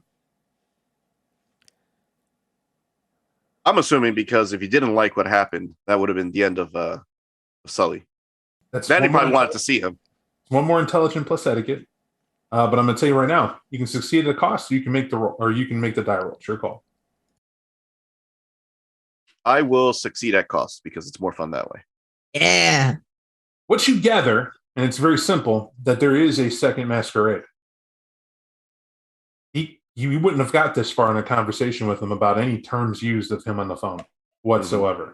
And to call him to do that, that's what it is. Also, he more or less said it. You don't call him to give him an update, right? It's more or less like you're playing. There's a pension of guilt that I feel we feel when our characters do something, and it's an expression of it. I'm just going to point that out. But like something wrong happened, and you were like, if I make them aware wrong happened, maybe we're good. That is never how it works, right? You want to deal with it or figure it out beforehand or use them to help you take care of the situation. This is the sheriff letting you know that. I get enough calls in the night not to answer people who are afraid of what might happen. That's long and short. Why I call it succeed at cost is because later on I reserve the right for this to be relevant in a different capacity. And that's all I was getting permission on. Always good. He'll he'll pick up on that, but he won't say anything to it just yet. Mainly for his own pride. But he'll take a look at the rest of the group. He's like, we need to figure out the situation with Tally ASAP. And how do you propose that? Well, to be completely honest, Warren right now is in a fragile state, but Warren's also the one that intimately knew Celia. I think that was her name, right? The Rivera chick? Yeah. Yeah. We need to siphon Warren for information. But if he's as shell-shocked as he is right now, maybe he needs you two, and he'll point over at Ramsey and Rod to have a conversation with him, and he might be able to speak to it. Because if he's that far gone, I wouldn't be surprised if he's going to lay hands on me, and I think he already threatened it anyway. Plus, I don't want to yell at him again, and I think that he'd... There's still the apartment, and that's not going to be quick. Right. But he might know something. Like, we can't go to the apartment right now. I mean, we can, but I'd rather get as much information before we head out into the night than to go back and forth and not know. You know what I'm saying? Yeah. We just need anything that just proves where she may be. Sully, he won't know that. Celia called him. Yeah. Told him where to go, and he was confused the entire time. Right. Now, Celia has some tells how she makes her haven. All of that light, no shadows. She doesn't even like wearing clothes because of because her skin would touch shadow, right? Clothes will obscure the light.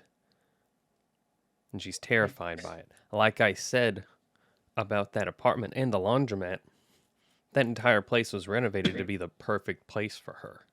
So many light fixtures covering every angle. There's not a shadow there. How did she accomplish that? It's not her place. Someone did it. Someone covered it. Who's her sponsor? I don't know.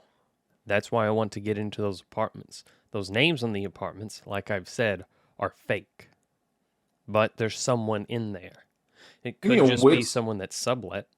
Or what's investigation, Mr. Rott? Yep.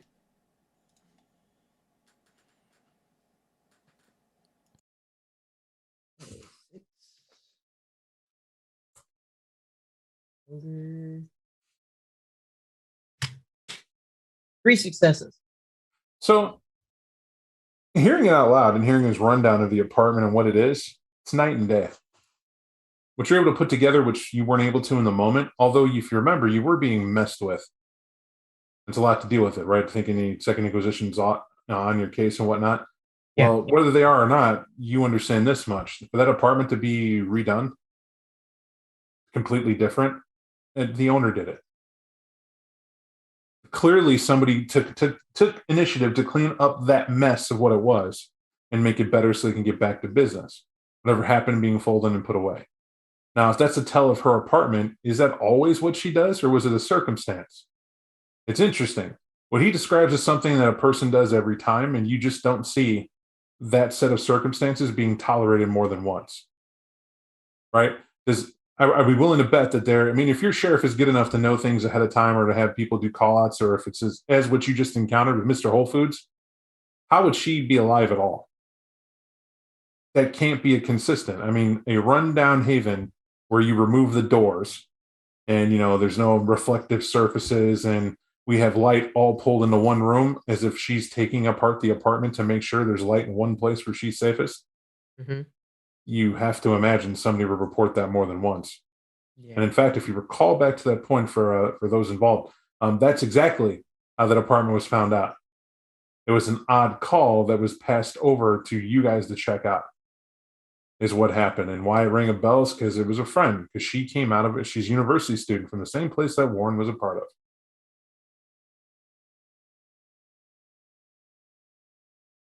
So it might not be that she has a sponsor per se. Just things were shook up over there, and the owner's trying to cover everything up. So naturally, you put on a polish on everything. So we need to. It's not important who did all that for her. Just is she a product of her circumstances, this behavior, or is there something more to it? I'm willing to bet that it's a product of the circumstance. She's been through a traumatic event, and now she is trying to protect herself by hiding. Strangely enough, in the light, ironically. It might not be worth going back to this apartment then. The question is, where would she go next? And I think that's why we have to ask Warren what her behaviors are like. If he obviously knew her, listen, and he thinks better of the situation.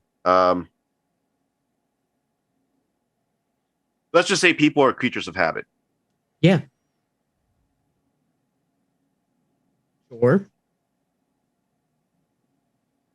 So, as a creature of habit, she was already behaving like before everything. What would you consider the safest? You might have broken off as the safest. What did you say? What would she consider to be the safest place now? Somewhere with a lot of light exposure.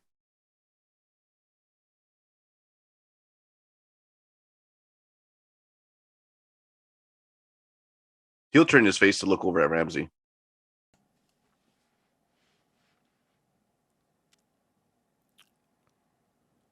I couldn't know that. There's no way. All I've seen is that one haven. If that's a product of her circumstance, then what of her circumstances now? Last time I saw her, she was being devoured by a shadow. Shh, we don't say that word. Yo, so I've been just kind of listening and piecing it all together in my head while y'all are talking. And like, I've been thinking like, I mean, so we don't say the S word, right? But like, who's to say that like, if she is alive, like that she has her own haven? Like, why wouldn't she be with those other people?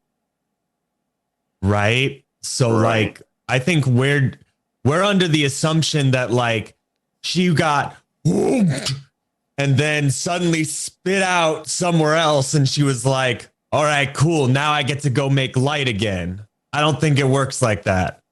Okay. So, and then Slappy's gonna point at Ramsey and Rot, and he's like, I think we're looking for y'all's friends, if I'm being real with you. What? Oh, shit. Just a thought. Just what No, I've he's been... right. Who was it that impersonated Warren?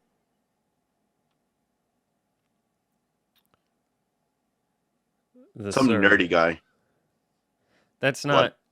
No, we've been down this route before. That's Tom. Tom could have embraced her, but this isn't his style. That kind of terrorizing of her, it doesn't fit him. Doesn't fit the Are you surrogate either. sure? Yes, I am fucking sure. Tom was a monster, but fancied himself a demon. His torture would have been biblical, not like that. Okay. All right. Then question is, which one of his kind is loose causing this? How many of them are in this city? They came here to be admitted into the Camarilla. There's Tally, there's the woman we spoke to on the phone earlier tonight. But there's more than them in the city. You don't send only two, to negotiate something like this if this is going to be the first city the entire clan's even allowed in. Without making a roll, Sullivan, I'm going to give you this. Ramsey's talking out of his ass sideways. The hell does he know about La Sombra politics? Or what they may or may not do? I mean, he's Sabat and they betrayed their own sect. Where was that written in the handbook? Right. Why would they go by two? Why would they go by single? What would they do at all? Are they different? Clearly, you can't judge him by a stereotype. However, what you're seeing is that he's hard-nosed, believing in the stereotype he was given. And that he's seen. He had somebody in his pack and he said, all the Sombra are off this guy. Is he right? He'll Sullivan will clear his throat at that and he'll be like, so let's not assume that. And the reason why is obviously Tally breaks the mold considering what it is that we've seen so far. Every one of us act a little bit differently, much in the same fashion that I am not Ballard. Speaking of which, we have to get to him soon, and I promise we will. But we need to take care of this Tally situation. So, class of sense, we got to figure out what the next step is. And I think right now, getting anything you could squeeze from Warren would be amazing. Any lead at all that we could follow would be great because the time is running short. Speaking of, he'll look at his phone for a moment. I got to step away for a moment. I have to get somewhere real quick. He'll fumble through his, my apologies. He'll fumble very quickly through his wallet and he'll take out one of his credit cards and he'll hand it over to Ramsey. He's like, if you need it, use it. He'll take it. If you're me, Ramsey, I'm gonna find a need to use it. I am well ahead of you. I've already made liberal use of the money that Sully didn't even intend to give me, but I'll send you a list.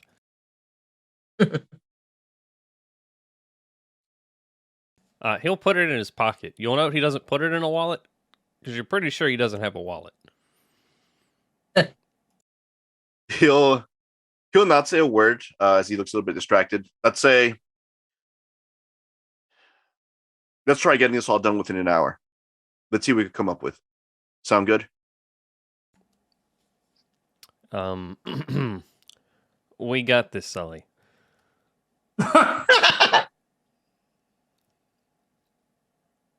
He'll shake his head. Great. If you need me, call me. All right. As we're saying our goodbyes to separation, obviously I know that you're going to meet with your ex-wife, Sully. That's what we got going on. What about everybody else? Let's secure that so we know what's what. I intend on providing a little bit of insight into what I'm seeing on Warren's change of behavior to Ramsey so that Ramsey can approach it and try and recognize, and get some information potentially out of him. So you're keeping tabs on Warren? Yes. Okay. Ramsey? Yes, sir. You doing anything? I was going to go talk to Warren because see if he knew anything. Okay. And then finally, Slappy. Well, Slappy's a little confused right now because we didn't really have like a plan set out for that, and he was just like, all right, you guys got it, and then he's left to go do his thing. So Slappy's just like, kind of looking at Ramsey and Rot right now, and he's like, before they even go to Warren, you know, he's like, so what are we doing? Like, how are we gonna, what steps are we taking forward to find Celia? There is really no explanation, is what you're saying. And at least the next steps of what you needed to do, if anything. But at that point, since you know you're there for them, are you going to hang out and wait to see for the low hanging fruit? I'll wait till where obviously they need help somewhere and I'll fill in, or were you doing something else? I'm gonna hang back with them for a moment, and I'm just gonna try and think of where I can go from here to be of more help than just standing around and waiting. So I just need a moment. You got it. What we're going to do is we're going to start off with Ramsey. You're stepping outside to help with Warren. Just a reminder, Sullivan has left here. Sully, if you need to take a break, feel free to do so for 5 minutes, and then just come back and don't feel you have to message me to do that. I'll get it. You got time, but shouldn't take longer than that. Just FYI. But that said, Ramsey, you walk outside. Warren is still very much overlooking the balcony, checking out, watching the city lights and traffic and whatever else that's participating down below. Mm-hmm. Ramsey will walk up to him and lean on the balcony next to him.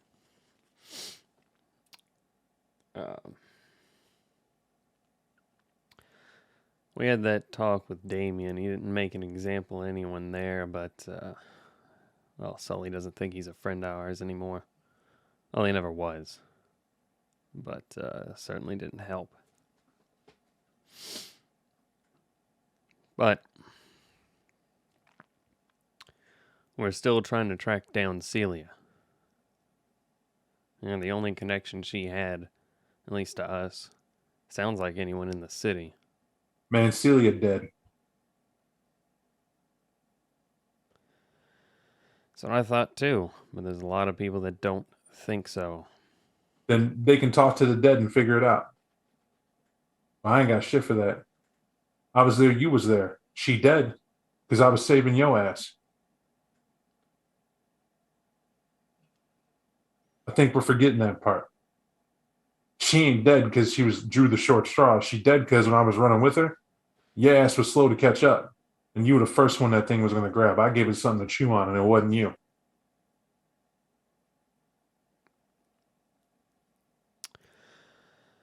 I know, I saw. So you saw what I did. Why are they so adamant that it's not, she ain't dead?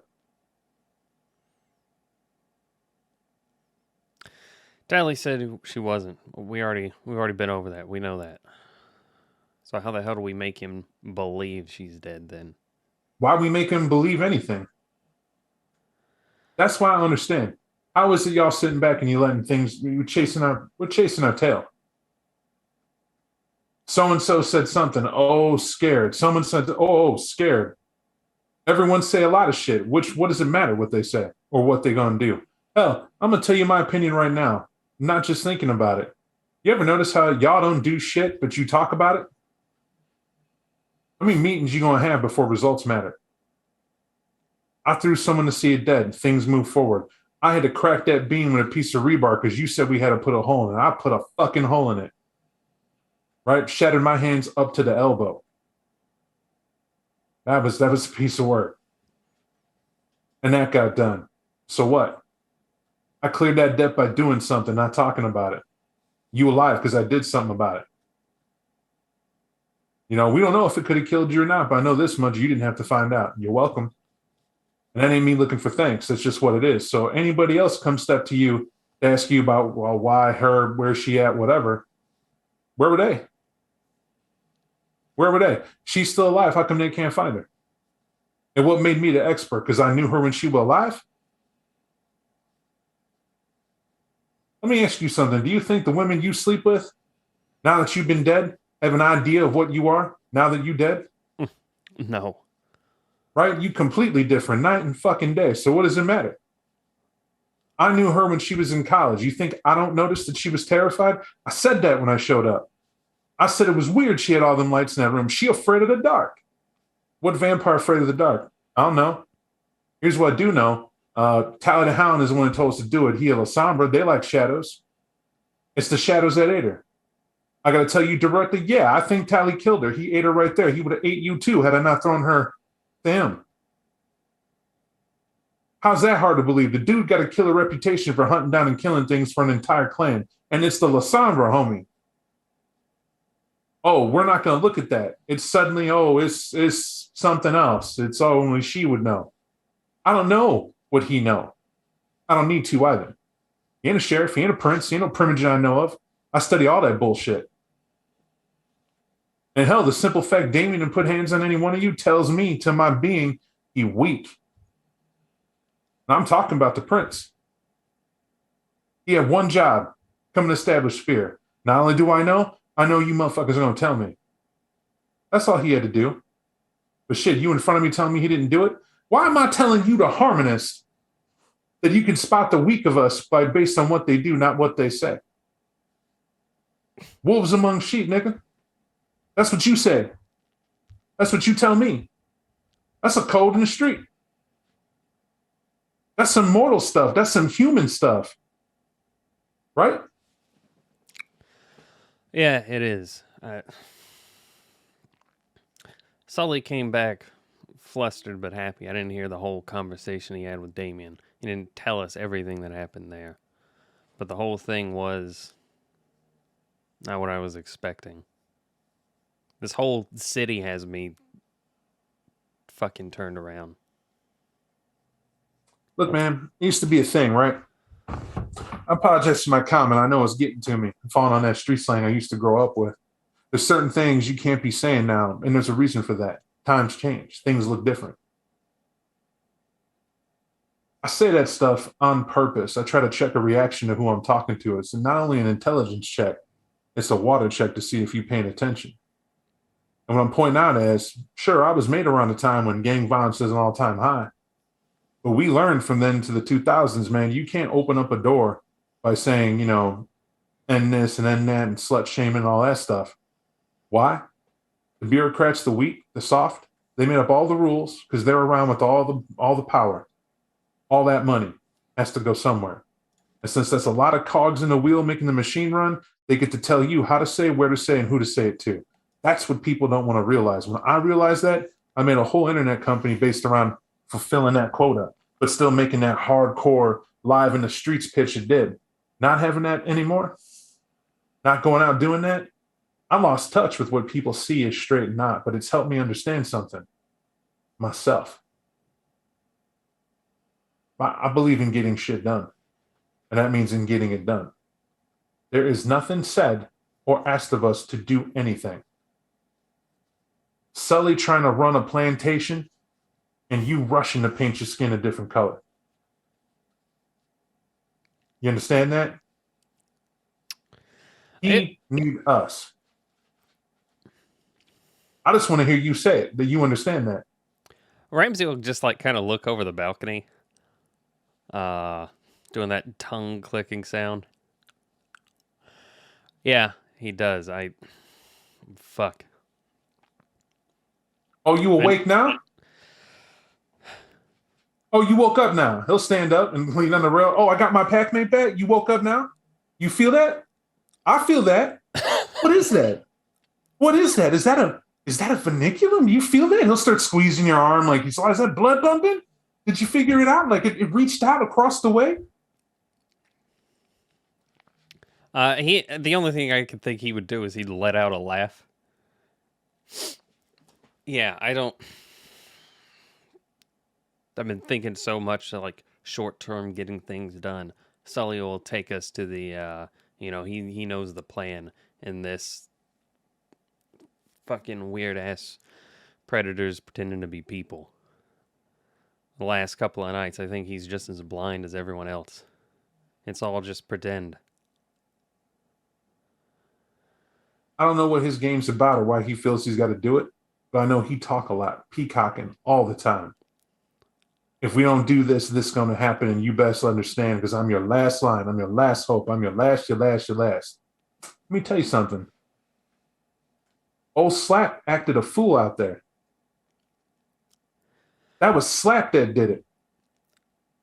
I didn't know who did it. I got, after he pushed me into the fucking thing.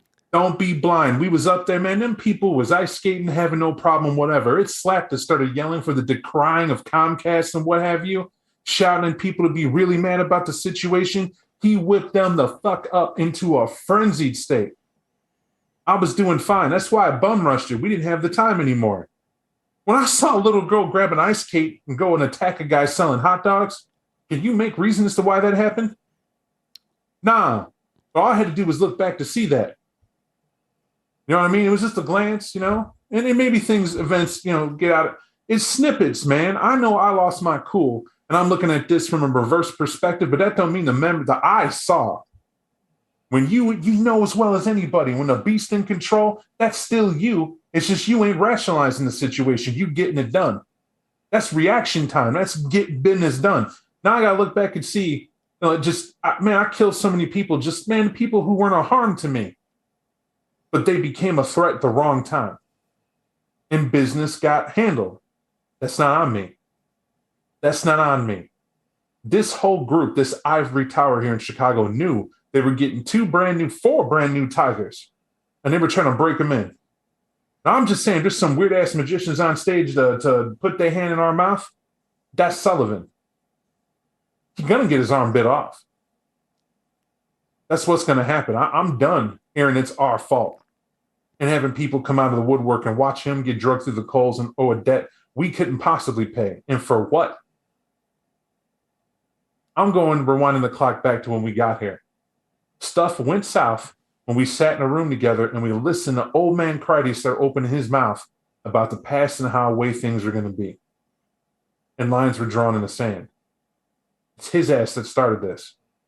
I've been in that class twice now, and the only thing I've been rationalizing and thinking about it, all that weight about being a Bruja from Carthage, all that weight about being a responsible CAM member, you think the CAM matter now?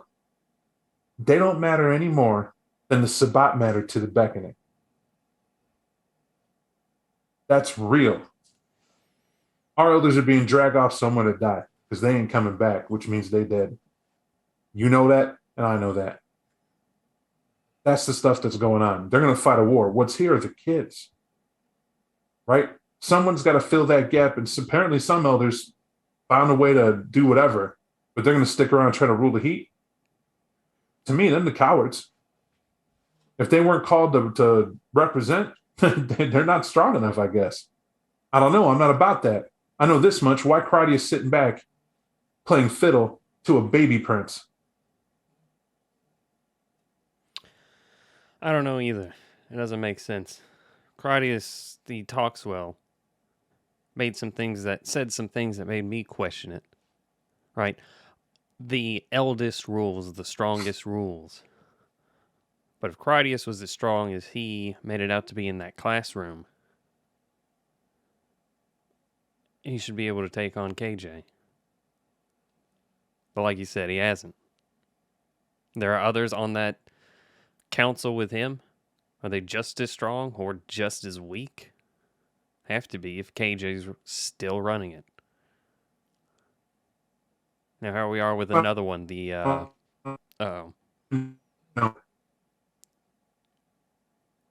You broke up, Bob.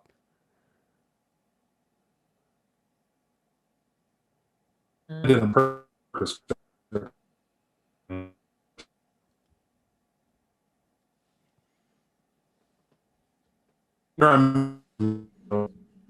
Signal's taking a while to cross the pond, as it were. My internet connection needs riddling. There we go. Happens. Last like it told me you were on mute, Mike. That's what I was like, huh? All right. But if you hear everything, we pick it from there. Yes, What was the Yes, last thing? well, we can now. All right. But the gist of it is that we're going to speed this along, right? It's not a heartfelt back and forth, but it's obviously you get what's on Warren's mind. It's the fact that there's nothing being done. We're just adding the pile, but we're not making the decision. We're not showing teeth. It's just back and forth. And as far as he's concerned, and I want to address this, I want to make sure I get that point across. Critias is a problem only when you realize if he didn't take what's his, there's a reason he's not doing that. And what it is you got people making everybody here sweat for some reason or another. Why?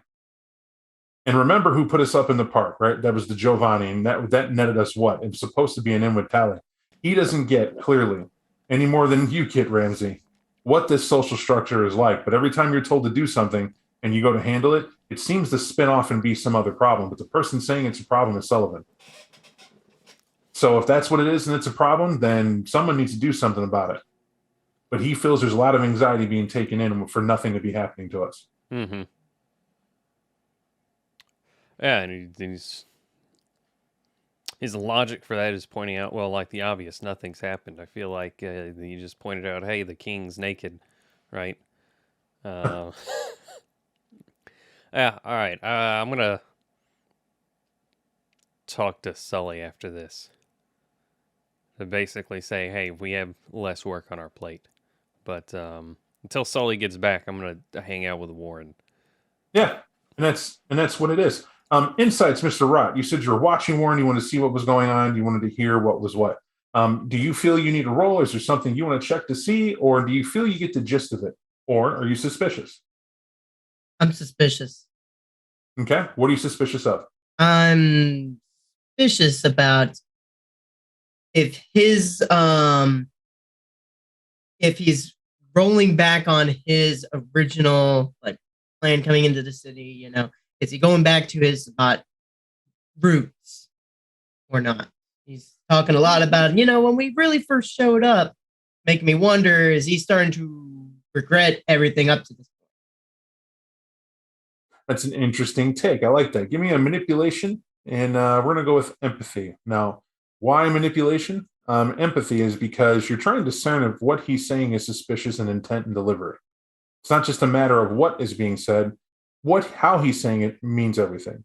And insight is what I meant. Replace that. Oh, okay. It's an empathy-based role, but it's meant to be that way. It's okay, so insight, manipulation. Okay. You can add 2 dice because you sat back observing.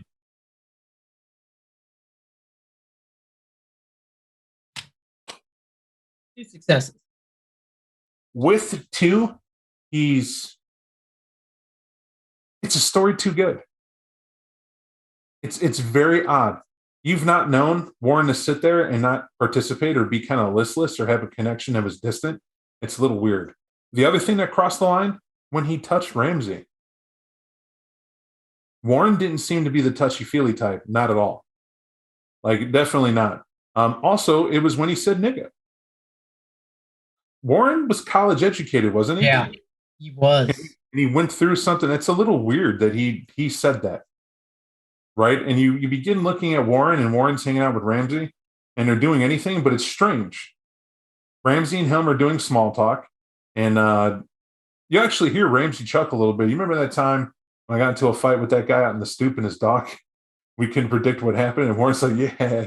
That's when I was in that bar making the wrong moves and the right bartender. Guy went home with that cop. I wish I would have known that ahead of time. That stuff you figure they got to know each other. That's got to be Warren, right? Only he would know that. So if there was a kink in the slinky for you, it's like that. Maybe you're right to suspect, but you don't really have a lot to go on other than a feeling. Right. Do you do anything with that? I mean, to be fair, Slappy's just kind of hanging on. If they're out in the balcony chilling, you walked out there to chill as well, to just pay attention to Warren, and you can see Slap leaning on the open door frame, not saying anything. Mm-hmm. Right? He's just sort of. If I'm honest, Slappy looks bored. He looks like somebody. He looks that way, but what you figure it's got to be, you didn't ask him to do anything, and he knows he's going to be around because this is important stuff going on. But it all hinges apparently on Sullivan getting back. And he did hear you guys' argument against Sullivan, but he didn't disagree. You heard that too. He's just sort of like, maybe he's thinking about the shopping list. It's important, right? There's things to have and not have. And that might be relevant to him. You don't know. You have no idea. Maybe he's contemplating getting that Pinot out of the dumpster, why I let the rats have it. And who knows? But if you're good for now, we'll leave that be for the moment, waiting for Sullivan to get back, if you guys are good with that. I'm good with that.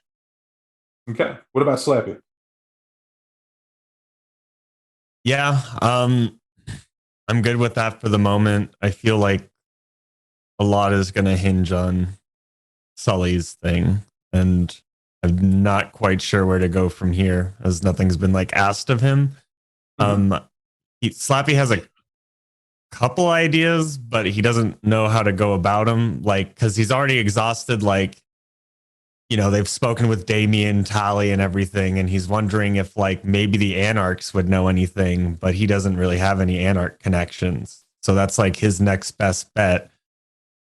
Wondering if maybe they've heard anything, right? All right. We'll deal with that in a second. Well, we'll see. We'll start with that first step you said, which you're waiting for Sully to get back. But Sully, returning home. The home you bought, it's a condo. It's 4 bedroom. It's nice, but it's still in the city. You had business to attend to. It's be closer downtown.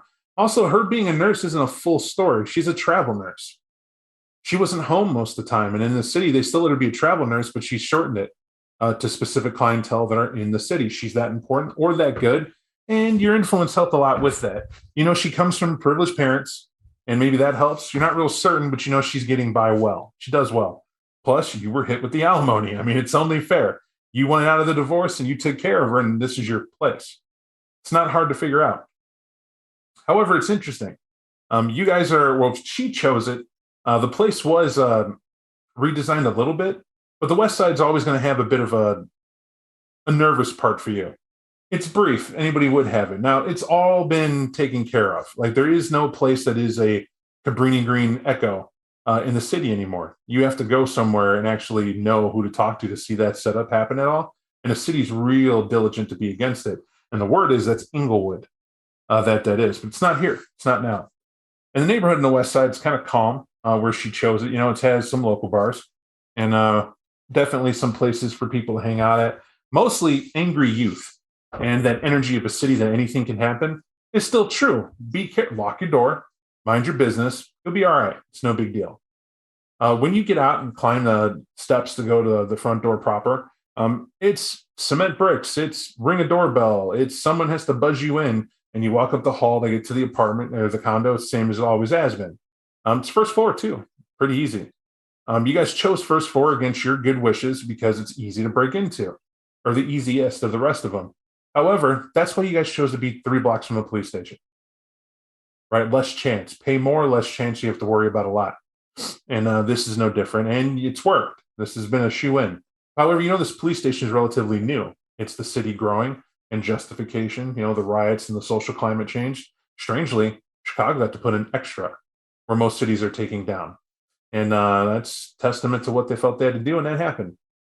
That's a neighborhood catch-up to walk through because it still feels awkward. Typically, you'd meet her at like a coffee house and you'd sit down and have that discomfort of her thinking you cheated on her, or there's another woman, right? And any liturgy of crazy stuff and I say crazy, not because she's in the wrong. It's heartbreaking to hear that she thinks you would do that to her. And it wasn't that at all, right? It's you're dead. And she just didn't know it. However, that love's still there, right? You could still feel a distant part of yourself, definitely a part of it, but you're trying to keep it at a distance because she just doesn't buzz you in. When that door opens up, she's waiting for you at the door up top, and she has that neat scotch out, and she has it handed to you like she's been waiting for it. The chill of the glass, the smug look. You can hear the song of like something from Motown playing in the background, though it's distant. Maybe it's some newer stuff. Maybe she's just been jamming out, waiting for you to get there. Kind of your thing. City was a part of blues. She got into it. You sort of got into it. It's there, but yeah, she's looking for you to lighten up and do whatever. But some things don't change. You can see all the shoes in the hallway where you got to wipe your feet over the floor mat, and that nice designer floor mat that's there. You remember that being a fight in a relationship. You don't need to spend $300 for a floor mat. She told you it was a Tibetan floor mat to help secure the feng shui of the room. You asked her to spell feng shui, and she just got mad at you. It's a classic sign. She didn't know how to spell feng shui off the top of her head, but she knew what it meant because she'd been doing meditation to kind of, let certain angers be to the side. Very excitable woman at times. Probably one of the reasons you married her, just as you left. But she stands there. You'll realize as you've been kind of in thought. Get in the house, you get your shoes off, you watched her put them away for you, which is almost heartbreaking. Very big in you doing your own stuff, but it's clear she missed you. She missed touching you. You being in a room, your presence of the house, kind of filling it out. None of your stuff's taken down. It's like walking through a museum of your marriage, and she hasn't moved on. Nothing's packed, nothing at all. But on her left elbow, you can see where it's wrapped up. You can see that she has some sort of cooling bandage on the outside, and it's all white gauze. That's there. And she's wearing a nice dress, very tasteful, relaxing. It is a mix of two different cultures, really. You can't 100% place them, but you've seen them in the catalogs for, the spring session of whatever came out for in season. They pitch you the ensemble. This is the female counterpart to the suits you select, and apparently she still keeps up with the company you buy from. And what this is, it's like it's trying to be African, but it's not. It's designed to be in the office, but for comfort. It's like a breathable nightgown. You can imagine the design and whatnot. It's all designed for her to feel not only whole, but not out there. There's no vulnerability. Projection of comfort meets power. And she's very nice with it, with the earrings you bought her for your anniversary. He'll take the scotch and he'll reminisce, taking a quick look over the room, and it'll ground him for a second before he turns back to smile at her, almost sadly. But he'll wink. He's like, "Hey, thanks. I needed this," and he'll feign wetting his lips to the glass for a moment before he kind of pulls away at a second. He's like, "So, what happened to your arm? Like, how'd you get burned? How'd this even happen in the first place?" I wish I could say. It was one moment I told you I was asleep. Came home and slept like I normally do, and then I woke up because I was in pain. And my arm hurt, so I just quickly rolled over and just covered up tighter. And I remember there being a fear, like it wasn't even a conscious effort to bundle up, but I thought maybe I got bit by a bug. And that's what happened. It wasn't until I had it's the best sleep I've had these last nights. Just I've been out after shift and I wake up no problem. But I've started to, well, come with me. And she'll gesture for you to walk and follow her. And you know where she's going. It's the master bedroom down the hall. Past all the nice things you have up, she has up. The kitchen, your favorite pasta, is obviously in the process of being cooked because you can see the chicken laid out like you like, sliced up as you need it. And she's already prepped that. But she's finishing putting it together with 2 plates. But you see all that passing by, and you watch as she gets to the master bedroom. And when you see the master bedroom, it's kind of crazy, right? It's normally these nice big bay windows open up. And why they open up is because you guys have the tasteful bars on the end, so people can't gain entry here. But it's enough to have them open from the window perspective to be safe. You bought them to have a view of what goes on, or maybe to put plants out there in the extended balcony. But it's definitely not a weight-bearing structure for people to stand on, is the important thing. But it went off from the back of the bed, right? That was the idea.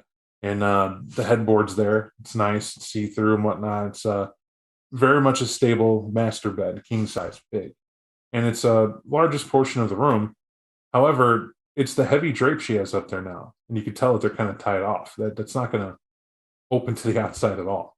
There's no draft. You go look, I'm assuming, to see behind it how it's done up. Right. And you see when you look on this side, there's board up there. Looks like cardboard. You don't remember a time she'd even tolerate cardboard being put up anywhere near the windows, because that ideally would tarnish the look of the neighborhood. Now, your bedroom doesn't overlook the city, right? The funny part is it overlooks the neighbor's house, is where it is, if anything. You could see right to the gangway that's between that and the sidewalk, and out sort of, you would watch your neighbors mow the lawn, or if they came out to sit on the concrete that passes for a makeshift barbecue porch, that's what it is. And you could see that and kind of down the street from the window, but that's why you put your bed there. There's nothing really to look at. Nonetheless, what they get to look at apparently is the cardboard now. And she has that all, it's tactful, like some DIY was looked up to make this look neat. There's no light getting through that though. Hey, I see you made some renovations here. What's with the cardboard? I just figure it's easier. I mean, I've always complaining about there's just too much light in the room. When you try to go to sleep and you hear the mailman come by, and when they, even in the winter when they have to do the plow, you hear that at 5 a.m. come down. Now you really are going to hear that when you have the light coming in right through the drape. And it doesn't hit you, but it brightens the room, and you awake. It's irritating, baby. So I just put it up and went to sleep. Doc, he was talking to me about it. He said that it's It's natural. He says, I'm missing somebody in my life and I'm returning to the womb. The womb is all black and comforting. And, I like to go to sleep with that darkness and laying in it and being comfortable and just kind of letting dreams be what they are. It's how the body relaxes. It's a lot about sleep. Like, did you know that you only lose weight when you're sleeping? Like, diet all you like, work out all you like. But if you don't get in that deep, profound, what's that band called that you like back in the REM? That's what it is. That's how I remember it. If you don't get in that REM sleep, your body doesn't get rid of this. I think it's cortisol, is what he called it. It lowers your cortisol naturally, and you release this chemical that helps repair your body. And part of that is sleep. That's why you feel so good waking up.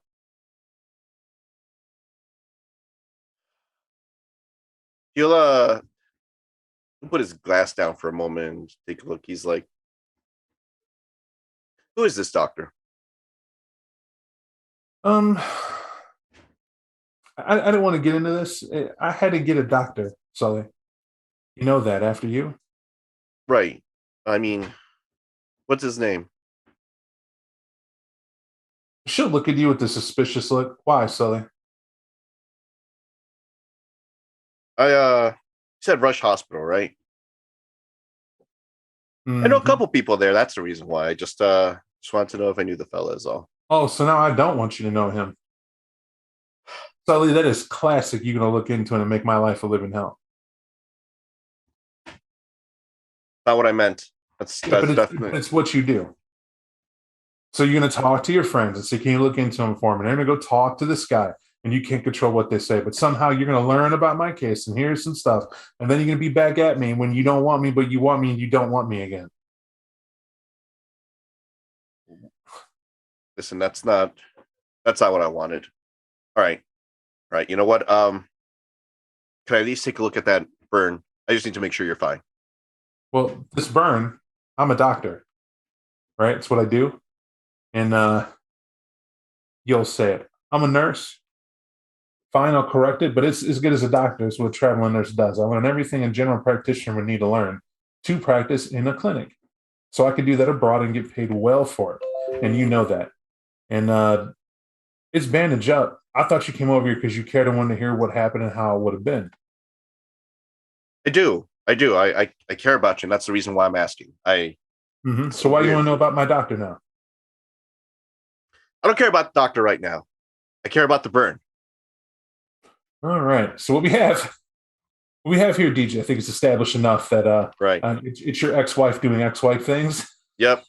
In a troubling relationship, but I get that you're trying to do something at this point, because I feel like the player, damn it, woman. That's exactly it. He's like, damn it. What are you trying to get from her and get her to do? Maybe your character skills sing through what we can't figure out at the moment. He wants to, considering the telltale signs of what's happening, he's afraid, based on what she said. He needs to make sure that these burns are something natural and not what he fears that someone may or may not have done to her. That they're natural. I'll give it to you. She is a nurse, right? If she says she's burnt, okay.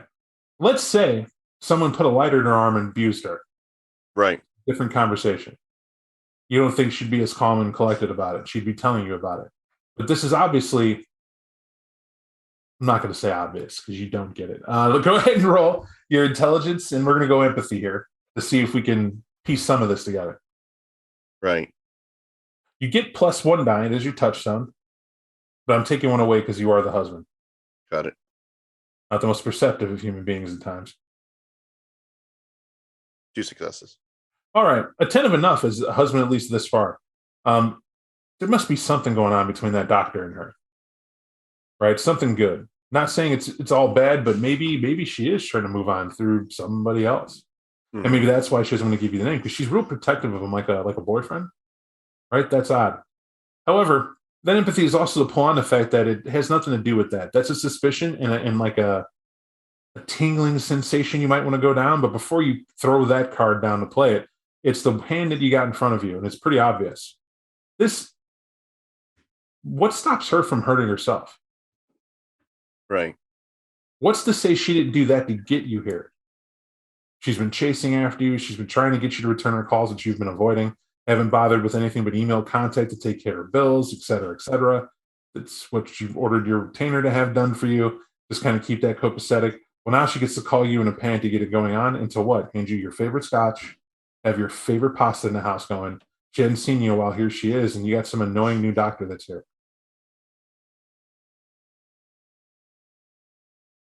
Ugh.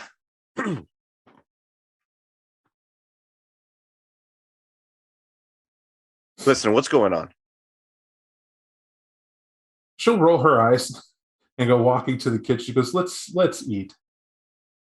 I'd hate to see us get into a fight and you not eat again. You awful skinny. I always hated that about you. And she goes into the kitchen. And he'll follow her. He's like, listen, I still have work. You know what my life is like. I'm just here to check up on you. But are you telling me about this doctor or not? So in the strainer, as you're like, you tell me about this doctor or not? His name's Trent, and that's all I'm going to get into. But there's this cup that's in the strainer, looking like it's ready for more coffee from when it came off of before. And she's like, he's really good. He's very accredited. Comes with high marks, and he had to stop by, look at the house, see where we lived at. It's part of the invasive living, they refer to it. But he came with his associate. And they checked it top down. They tried to see what was going on and what could be right, wrong, or indifferent. And I agreed to all that. But what they're here for is to monitor my well-being. It's not healthy to be as attached as I am, but they don't think they want to take me out of here to put me in somewhere to help get over the fact that you're not around. For some reason, you think I'm ugly or unwantable or something changed or, that's not the case. That was never the case. Is it me that we can't have kids, or is it you? And does it matter at this point? Because you haven't touched me in years. Right? There hasn't been a thought process. And you're obviously going to the gym. Look at you. You're keeping yourself fit and healthy as I met when we were married and all that. And if it's not that, then what's wrong with me? And she'll stop as she has the, half buttered bread for your garlic bread side, like you always like, homemade. Apparently, she finally learned how to make that recipe. You haven't even noticed a comment on it. And it's definitely an angel hair pasta that she has out. And it's warmed and it's sitting there. And she stops in midway of preparing it. All that effort you can kind of feel is on her shoulders, but she's not yelling at you about that. She's fighting back tears. He'll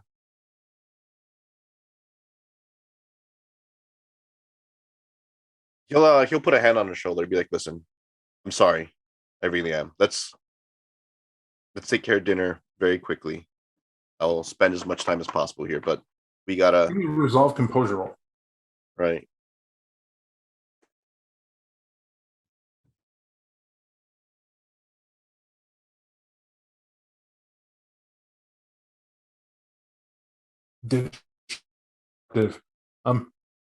You're in complete control of how you feel. It's almost ice in the veins of letting your true emotion show, and whenever that is, and you can let us know in that minute. However, it does help you keep this control because what you hear in your head, and it is a voice that it's yours. It seems odd, but maybe not. And what you hear yourself say is, I do love you. And I love you, and I should just end it. This is only going to get harder, right? We understand that. I can look at you now. I could see what goes. Let's just end her. Give her that loving embrace. The only gift we can give her now. Now, you destroyed that role, right? So what happens is your character doesn't feel attached to it. You just heard it. And maybe for the first time, you've paid attention to this voice that might have always been with you. It's just you've been always going in the direction you wanted to go with Sullivan, and it's held that. This is almost like a very emotional, less restrained version of yourself, and you immediately think back to your Goge when your sire brought you in, and it was mastering your emotions lest they master you. How long has it been since you've allowed your beast to the surface? Has it changed?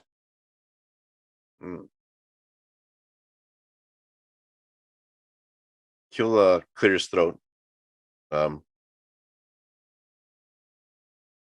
Listen, we can't do this all the time. She'll just start slamming dishes as she's getting the plates together. As you'll see, like, look, we can't do, like, she stopped listening there, and she's doing the aggressive pasta on the plate, homemade sauce that she's piling out there. She's getting the garlic bread put on there. And, she's like, okay, and it's plate 1. And she slams it down where it is. And she'll put a plate at the other end where you would sit. It's where you always like to sit, overlooking everything in the house. Because I was safe, you said. You remember that? I remember that. And I felt safe. And she'll just start crying as she just sits down with her hands covering her face, just so you can't see it. And she looks obviously destroyed. You'll feel it again. It's an impulse that has you grasp the butter knife, to help put it where it needs to go, as there's kind of a mess just on the outside of the sink. But the glance over at the butcher knives where they're stored is too much. When you look at them and do you stuff that thought down? My assumption is you may. It's up to you. But definitely you feel something in you like, it's okay. They're right there. It's easy. We don't have to make her what we are. It's a quick impulse. And you just put the butter knife in the sink and you're watching her cry. She wouldn't even notice you realize.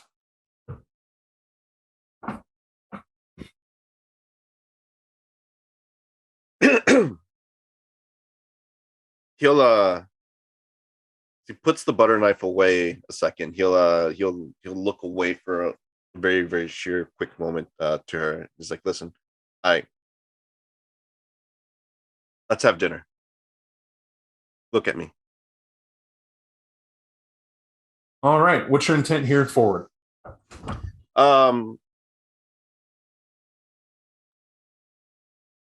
He's gonna mesmerize her. His intent is to look her in the eye. He has to go.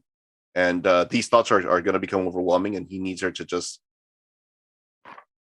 stay put, have her dinner, and not wait up for him tonight. Absolutely. What I'm going to do, technically this wouldn't be a roll, but humor me. Mm-hmm. We'll make a roll. There isn't technically a roll for this, but I want you to roll.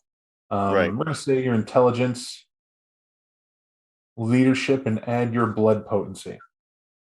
Intelligence, leadership, blood potency. One moment. Intelligence, leadership. All right. Now the difficulty is 3. I'm not assigning any secrets other than what that is. Difficulty 3.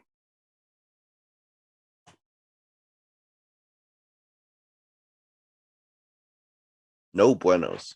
It's up to you. We can let it lie. You want to succeed at a cost? You want to use a willpower? What do you want to do?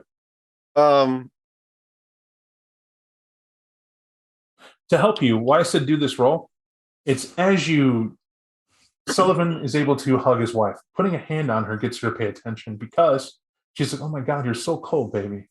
Tears aside, she's still concerned about you. And she grabs your hand to pull it in, puts it to her chest, and is rubbing it. And you don't fight it because you want her to look at you. That's the whole point. But there is a hard thing for you to do with that level of care and comfort to dismiss her. You still love her. That's obvious. It's why you're even here. But when she looks up at you and you gaze in her eyes, you begin to work your will. And it's even easier. She wants you in her life so bad that she's basically laying down her inhibitions to be resistant. Nothing's easier, yet you still find resistance. That's what goes on. To see whether or not you can piece through this, that's whether or not you succeed in this role. Right. That being the case, then he will use willpower for 2 main reasons. One, because he does need to implant his own will upon her. And secondly, because he is meeting that resistance. So I will spend 1 willpower and attempt to reroll if possible. Yeah, absolutely.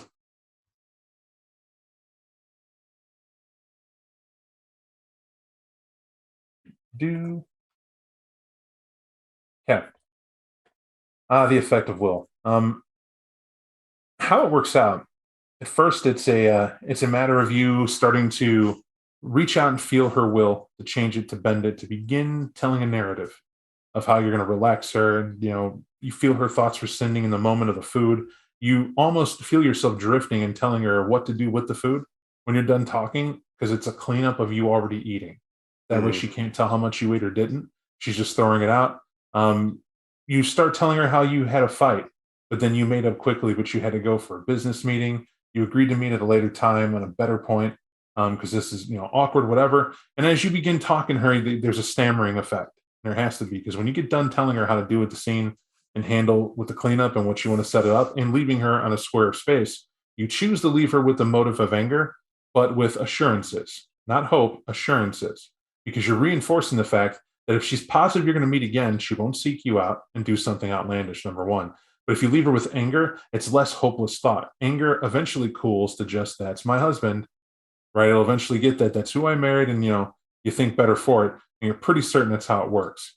What you aren't prepared for is that when you're done, she begins cleaning up. She does clean up to stack the dishes in the sink. And then she goes over, starts the coffee, and she takes that mug out of the strainer and puts it underneath, waiting for the coffee to be done. And she pulls out and puts cream in it. And then you'll watch as she also takes out a thermos and she starts pouring the contents in with the creamer. And what bothers you about it is that you instantly can smell the blood the moment it starts pouring into the coffee, because that hot mixture hitting the blood, like just for a brief moment, kicks it up. And her eyes have this beadiness to them now. They seem almost shiny to you, like she's staring through you, and she's slowly stirring the cup as she's hanging on to it, like she's observing you. That's what she's doing. And you'll hear her say, "Didn't you say you had to go? There was a meeting of such importance that you can't miss." It is her words. It sounds like her, or it is her voice. It doesn't feel like those are her words. Who gave you that? Where'd you get that? You can take one more sting as you're faced with the evidence of someone is now definitely messing with your wife. And you know that. But despite you saying that, she doesn't smile. She doesn't give you the classic sinister look. It's disturbing. You think that maybe she's blown a gasket, or maybe she needs a doctor. This is an aberrant, abnormal behavior switch to something you controlled her will. You made her do things, and she did do them. But that's not your wife standing there right now. You say that, and you're aggressive, and all she does is stir the drink to begin sipping it, and just stares at you. She'll add, "I know you didn't forget how a door works." Sully will head over to the thermos with the intention of dumping out the contents angrily. It's like you walk over to it. She's not an idiot. You can get that. And what she'll do is she'll pick it up, turn her back to you to open the door to put it in the fridge. It's a classic act. She knows what you're going for, so she's putting it up to shut it. And I got to get through her and the door.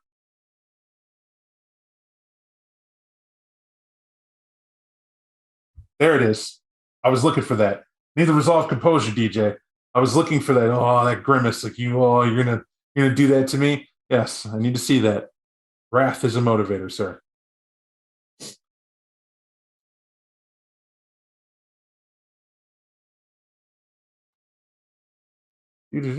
Yes, we're cool in a gang as far as that goes.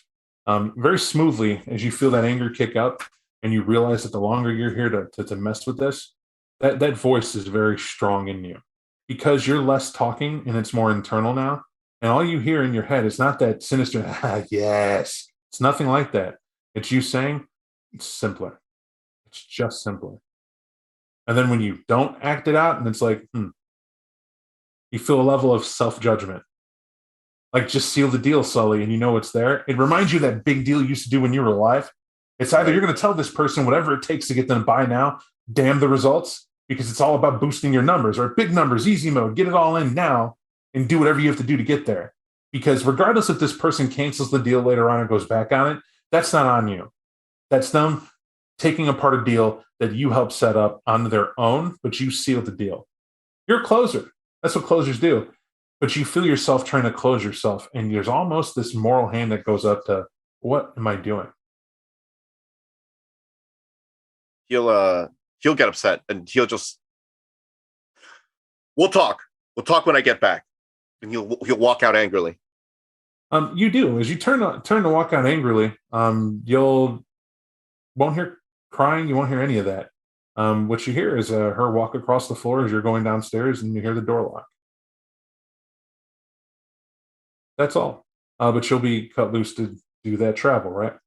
For the sake of argument, I know they're waiting for you. Are you doing anything to get back to them, or are you just heading back? He's heading back as quickly as possible. All right. For you guys waiting on bated breath, hanging out, having talks, misgivings. Obviously, the elevator comes up. You'll hear the door open, and in walks in Sullivan, looking well as he describes. Sully looks a little bit disturbed.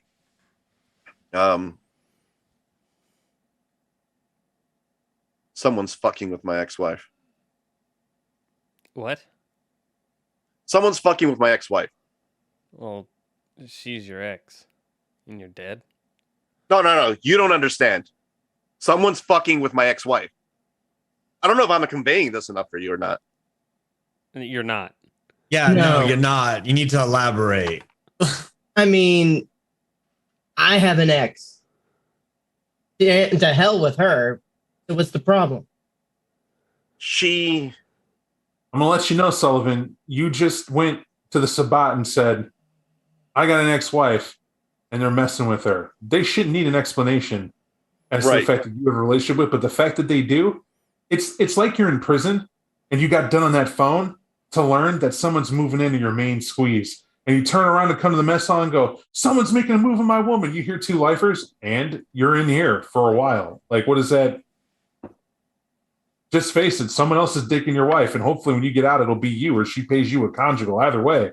Hey, don't feel bad. You want someone to replace your wife in here? We could work it out. Got money? Like, that's sort of the tone that they give you. Like, callously, it's passing through, right?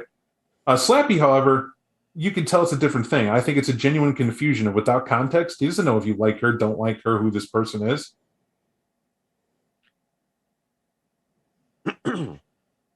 She's important to me. I'll just leave it at that. But she's been apparently seeing these doctors over at Rush Hospital or something, fucking quacks. I don't fucking believe in doctors. Not that way. Fucking. She said she was burnt. She said she had associates, 2 of them that came in to, I guess, check her place. Like, who does that? Who does that? Like, who actually goes to someone's house, just analyzes everything, and then says, oh, yeah, it's going to be cool in the gang if you do this. Now, that's not all, right? She's having an entire mental breakdown. I mean, wives, it is what it is. But as I'm leaving, and I'm putting the whammy on her because I don't have time for this shit. We already have to do what we have to do. She pulls out a thermos, and there was blood in there. Not only that, but don't get me wrong, like, there's just weird things. Everything else was exactly the same at my house. Minus the fact that there was a big fucking Winnie the Pooh cup. She doesn't even fucking watch anything Disney. What? What do you mean, what? Finish your story, Sully, but make it quick. Right. Anyways, she's seeing a doctor, some guy named Trent. I don't know what his name is like outside of that, but she wouldn't give me the rest of it. She thought that I was going to get upset over it. She might have been right on that one, but for the wrong reasons. Anyway, point being is someone's fucking with my wife. I don't like it. Yeah. Listen, I could get over it. Well, what are we at right now? What are we doing?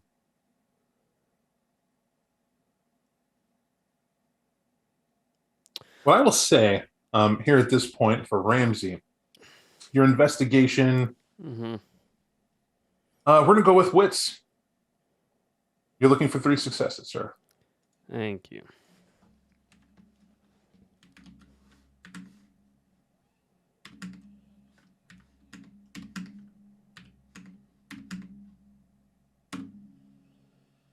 You got 4.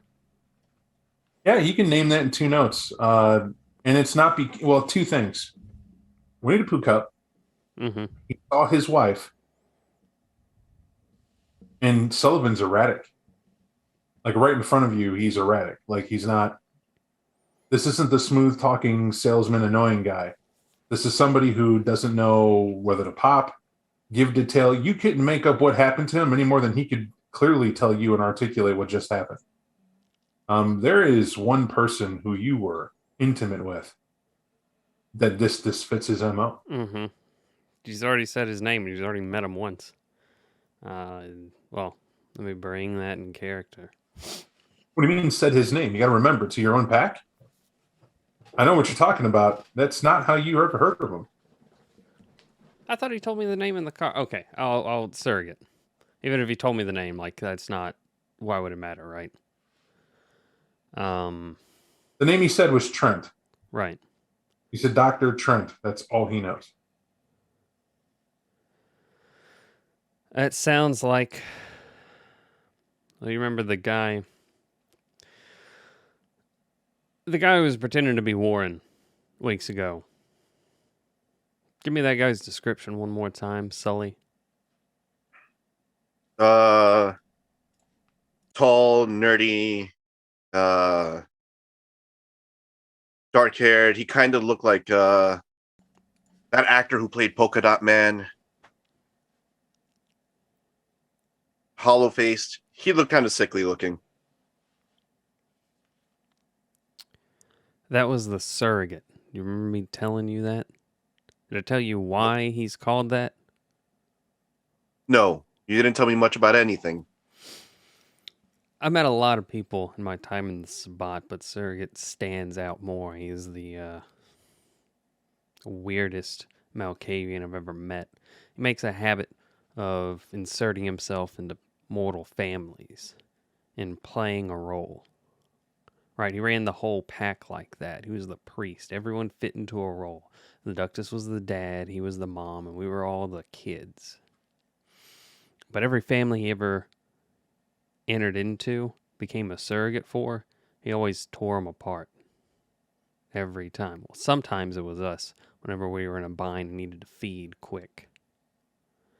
But whenever he ran those rituals, it was that Winnie the Pooh cup that he used. Was it big brown mug, had Winnie the Pooh jutting off the side of it, holding on to a honey pot overflowing? We gotta go. We're leaving now. Pack your shit up. We're going. Yo, hold up. Where the fuck are we going? We're gonna take care of this shit right now. We're not, Sully, because that's what they want. If he's started nesting there, you bringing us there, it's just a trap. Will be there. Now, do you have kids? Does your ex-wife have kids? No. We no, we don't have kids. Then that's not a place he's nesting down to do that. She might already be dead, Sully, and that was the surrogate. Whoa. I got to pump brakes for you there. Saying it needs kids and what he needs, you were never receiving into the surrogate, and you're not certain of that. I'm reminding the player that so you don't add to something you didn't experience. You got to remember, from what you knew, he had a family on hand that he messed with immediately. The surrogate did, and you knew who it was. He would always point out to you, "This is them. They're called this. We'll use them, and they'll watch out for us." And he said accordingly. He called you his son to a detrimental level. Don't forget that either. Right? Like he couldn't make heads or tails that you weren't his son. If you recall, Ramsey did that several times. So to make an assumption that far ahead, let's redact that. I think that's great role play to like throw in if that were true, but it's simply not, and we know that. So it's trying to put down. Ramsey would say it as he knew it. Would you say that was fair? We can go with that. Yeah. And so we'll do that. I'm not faulting anybody. I too get emotional and into a scene, into a character, and it adds to it. And it would be a great story if we could say that that's the case, but we got to remember what we're dealing with so we don't cut with that if that's what we're going with. And if that's the case, let's deal with the evidence there that you know, because that's Ramsey. You know that, okay, that sounds like the surrogate. I'm going to tell you it is the surrogate. And let's say that cleverly, he'll insert the fact that your wife's there. He has been notoriously building families from whatever microcosm it's around. That's the tell you can give. And if that's the first time you've put that together, that is exactly what the surrogate did. If he didn't have a relative, somebody became the relative in his narrative every time.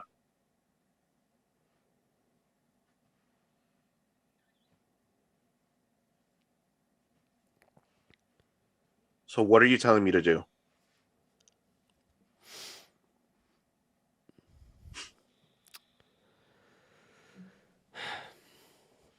I'm saying if you're going there, it's not just going to be him alone. Well, it might not be. Remember that Sabat operated in packs. Although he did like to run off on his own occasionally, but he always called back home. If we're going there, fine. Just don't expect it to be a conversation.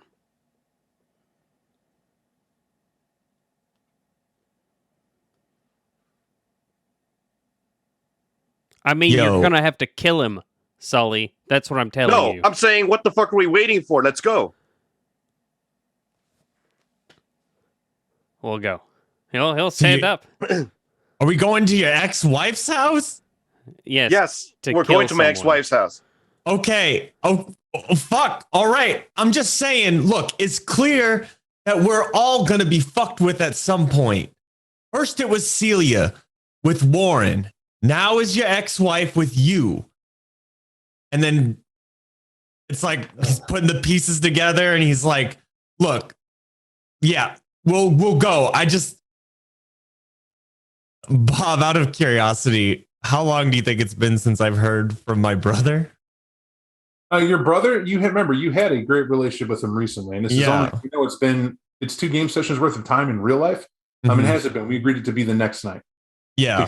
Here. So this would technically be after you just got done with the weekend visiting your dad, playing music with your brother, hanging out with him all night. You guys went out to the strip clubs, went and did because you wanted to get him away from his bullshit fiance, right. wife, whatever. He keeps flipping it when he talks to you anyway, because he tries to live vicariously through you, and you got him to realize what a good thing he had going. But don't worry about it. Everybody plays around. You need to do it. You gave that insight that I'm your brother, not your lawyer, not your dad. So we're here. We're cool. And you made him feel like he's the only buddy you had in the world, which was, in other words, reinforcing a great relationship with your touchdown. And you're not incontested. Also, I don't know whether you did this intentionally. You still don't know where your brother lives, right? Because him and his girl got an apartment somewhere in the city, but you have no idea where that is. So as far as you know, if you don't know, he's got to be safe.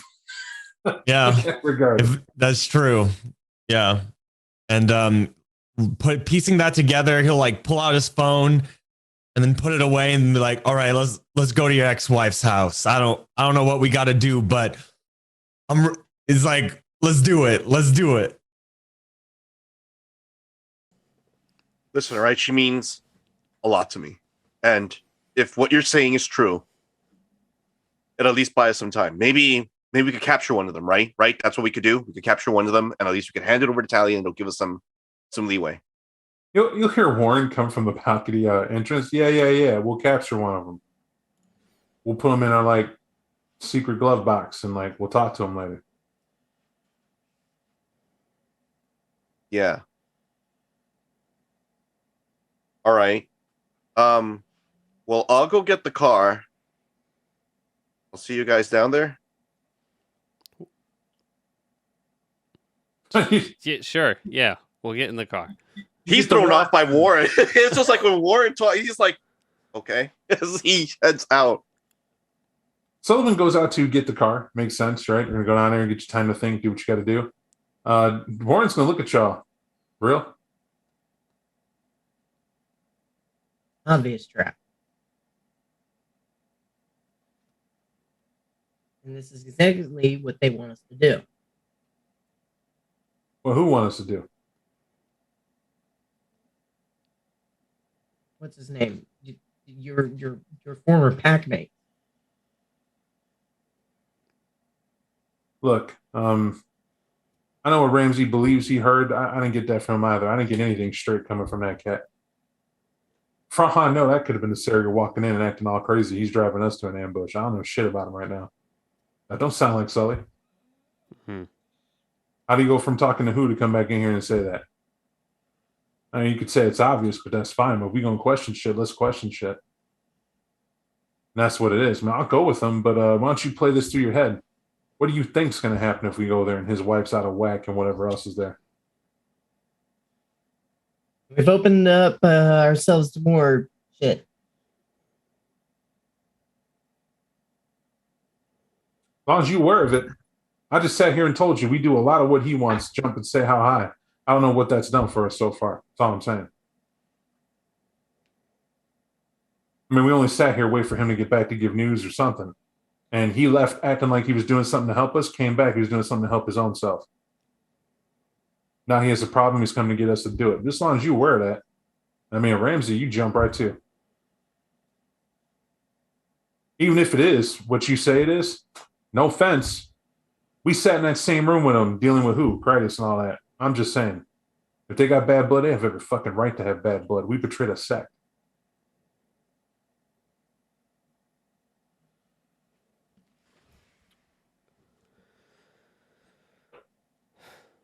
Let's go hop in a car. I mean, how bad could it get?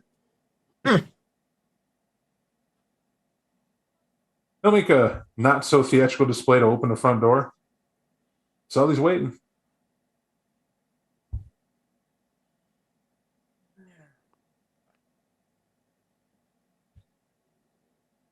Yeah.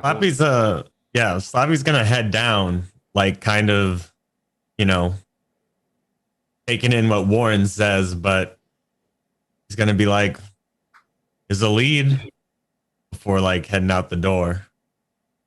Yeah. Rod heads out the door. Yep. Yeah, Ramsey goes too. Yep. Warren shuts the door.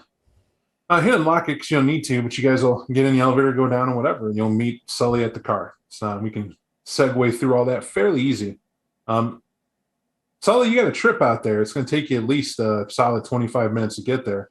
And there's a half smirk on Warren's face. It's really annoying. Everybody else looks like they're in deep thought doing whatever. All Warren's like 1,000-yard stare looking off is not there anymore. There's like this like rebellious smirk. Like he gets the joke of it all. So, what's your game plan? We pull up to your ex's house. We all just gonna barge in the door, and how do you see this playing out? I just need to see confirmation of what it is that Ramsey's putting out there. If she is getting messed around with what the surrogate that you speak of, at least I'll move her out. I'll put her somewhere.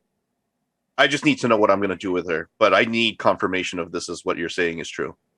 That, and I need your help. And if it's a trap,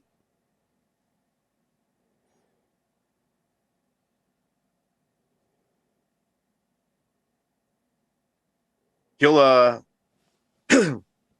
not say anything for a moment before he makes a phone call using his car as he calls up his ex-wife. Yeah, phone will ring and it'll ring and ring and go to voicemail. God damn it.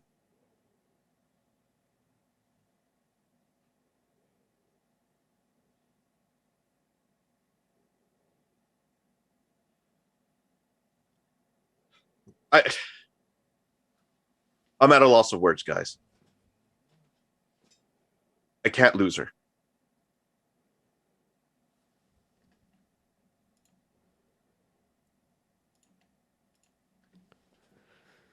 If you guys know how he operates, how they operate,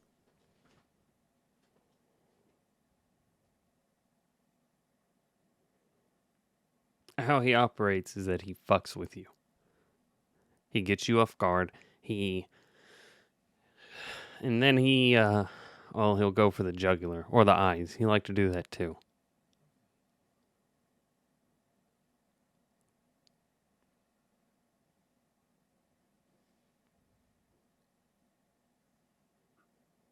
does he kill them?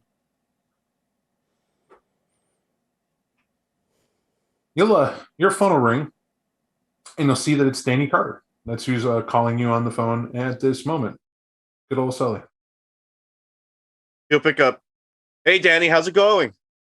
Hey, Dad, how you doing? Listen, I get caught up, but like I'm in the middle of studying at the dorm here, and I'm trying to. Are you fine with Mom again? Like she told me you called and like she ignored it, but now I got her in call waiting. She's like chewing my ear off about the fact you came over, were a complete asshole about a dinner she had. Like, I mean, we talked and you said if you didn't want to talk to her, you'd keep distance, you'd do the whole thing. We'll get her to see a counselor, and now you're going over there? Isn't that the opposite, Dad? Like, no offense, Dad. I don't want to talk down even, man. I'm 22. I'm trying to figure this out. I got one more year and I'll have that sweet degree. You can stop paying my bills only if you want to. And that's, if you want to stop, you don't need to stop. But, that's, come on, Dad, level with me. I mean, she was crying for 5 minutes before, Do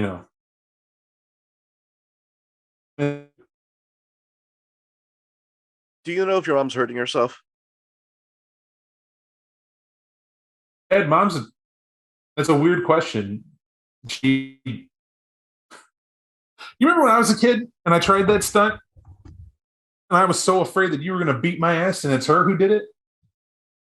Remember, she beat me for worrying her, and then when I went to the hospital and was taken care of because I took those dumbass pills thinking I was committing suicide, she then beat me after I was better. But then you guys bought me that PlayStation. I forget what it was, the brand new one with the samurai game I liked. You guys bought me pizza for a week, and she was so guilty that she kept coming home with more gifts because she did it. But I kind of took that as beat the life into me. It's she couldn't handle the loss of me. I mean, look, he'll level with you. He goes, look, Miss, I know what it is, but like I always told, you're my dad as far as I'm concerned. She's my mom. I get it. It's not easy, but like I don't know what to do here. I'm told that at a certain point, people you care for in like an adoptive format end up being not. I'm still your son, right? Yeah, Danny, you are. Listen, if your mom acts a little bit weird, just let me know. All right. I just wanted to make sure she was fine. You heard that? Yes, I'm I hoping did. that was a one and done. It was terrifying. Actually, it was so loud. All right. I apologize, but anyway. That's fine. Or you said, can you repeat it before I was being shouted at across the apartment? Sure. He just said, "Listen, if your mom is acting a little bit off or weird, just let me know in advance, okay? I just need to make sure she's fine." Yeah, I mean, she is acting weird. I mean, the call waiting's new. We meet for coffee, right? I'm only at school on the weekends, and then I just drive in from UIC. I go in to see her, and that's that. They have an awesome. What's the Propopkin thing? So sorry, an awesome psychology department. That's what we're dealing with. Like, you remember I told you I got that weird hair at my butt about history, and then we did that Halloween where we watched Candyman and joking around. We studied Cabrini Green. One thing led to another, and you learned that the psych department somehow in some way got involved in that. They have creative writing courses, and they help out with that. That's where I got into the urban. Long story short, yeah, they're cool here, and those are the courses I'm studying. But looking objectively as a family member, yeah, she's a little different. Like she did that weird cardboard thing in the bedroom probably a week ago, and claims it was upsetting her. Like she sometimes had it up, but not. But she felt like someone was watching her. She said, and I guess the doctor pointed that out that was her hope of because she's going around watching you, and admitted that, which shocked me. She admitted to going to places you were, and didn't think you knew that her guilt of doing that is what she was having nightmares of. So putting the cardboard up in the window was to help her feel safe and content at being alone in isolation. So that's it. She said she slept better for it. She was feeling better. Is it not true? No. It's not that. It's just you know how your mom and I get over conversations. Listen, just Yeah, at I school got his number if you want to talk to him. By the way, Doc Trent, he's a good guy. Yeah, actually, could you text me his number? Yeah, And wait, what do you mean he's a good guy? He's a good guy. You met him? Yeah. It's a just in case thing. What do you mean, just in case? You would be bad to meet up with her. I'm family. So I'm there for her. If there's something I need to sign off on or something she has to do, something she wants to do, I'm the one that I'm gonna get notified for that. So I come around, I help out.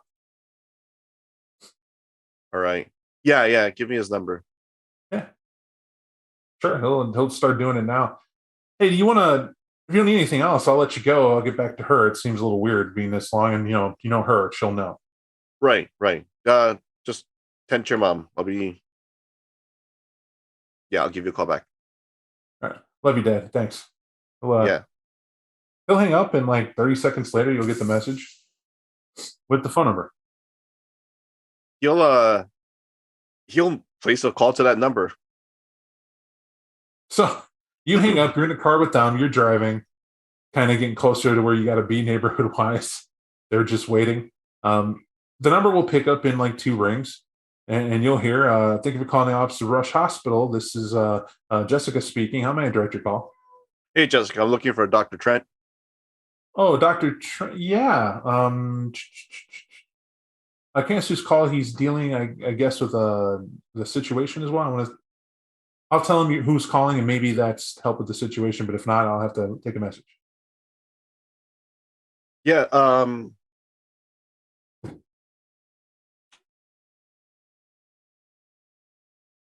No, it's fine. It's fine. I'll call back another time. Thank you. Okay. You do that, and she's like, "You have a nice night, I guess." If you stick You around too. long enough, anyway. He'll hang up. He's like, son of a bitch. He's like, I can't call and tell her that it's the husband. I'm just gonna get some bullshit story of how I shouldn't be interacting with her. Fucking quacks. He's dealing with the situation now, which means that chances are he might not be with my wife. And by Trek here, that is another stain, FYI. The fact your son is kind of embroiled in this is Right. adding up. It's only your sense of guilt. It's not chiseling away at your ability to protect them.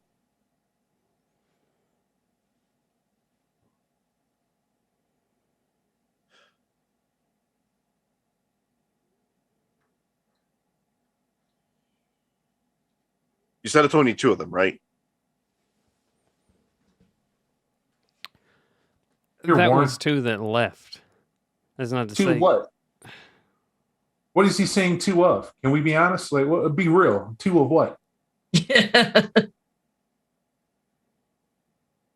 2 of your kind Sabat. There's Man, I don't care what Ramsey said. You asking him Sabat questions? Now, Sullivan, the fuck you know about it? I don't, but I know my family's in danger. Yeah, your family dead. He tried saying something about we're here now to a funeral. You don't get that yet? That's what's about to happen. If he's right and that surrogate messing with your family, they are dead. Done. Toe tag them. Final goodbye. Buy them their favorite coffee drink, whatever you like. But that was your last meeting with your wife. Because that's the Sabbat. You gonna talk to him? You can tell them again they got another chance? Do you remember being in a room with them when they went to leave and we were waiting to see what would happen and we was counseled against doing anything extreme? Look at what extreme not doing gets you when dealing with that. I'm struggling with right now the fact that me and Ramsey is cowards. When we was in a sect, we should have gone down swinging, and we know it. And we're now eating it. And we got to sit here and watch. You think we're going to go after someone? You think this is a comic book? This ain't something that is, what do we know them to do? We can feel what they're going to do. We'll know when we get there. What Ramsey's not telling you, do you think we can lay a hand on them when we see them? You didn't think about that, I bet. Huh? You thought you was coming with backup. You thought we was going to get here and our former pack mates, we just going to what? Click, chop them up, and that's going to be that? We can't raise a finger against them. That was our pack priest. You just a victim, kid.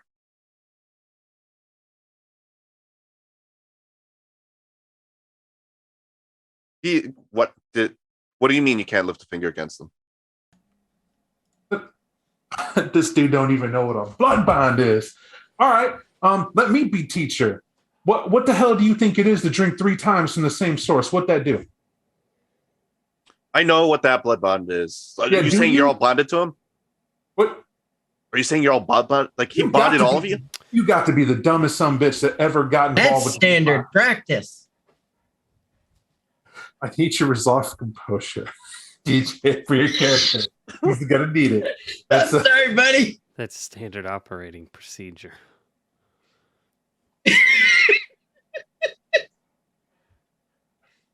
Man.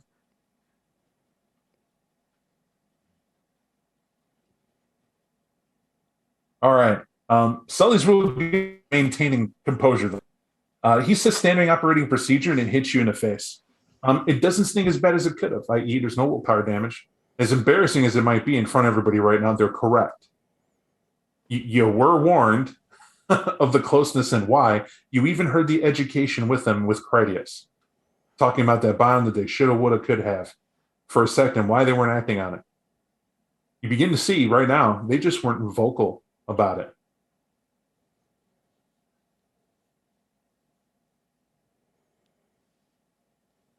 He pulls over the car. And he steps outside. And you'll just hear him like from the other side of the mirror. God damn it! Just fucking yell. Slappy's gonna, like, sitting in the back, he's gonna, like, just shrug his shoulders and he's like, I ain't blood bonded to nobody. I'll beat their ass. I don't give a fuck.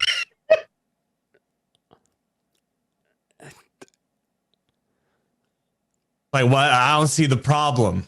He's like, you got some genuine Bruja fucking muscle on your side right here. I'll kick the shit out of that skinny motherfucker, Winnie the Pooh bitch ass.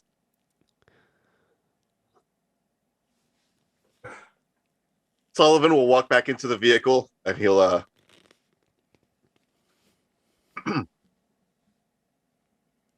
I'm sorry. I needed to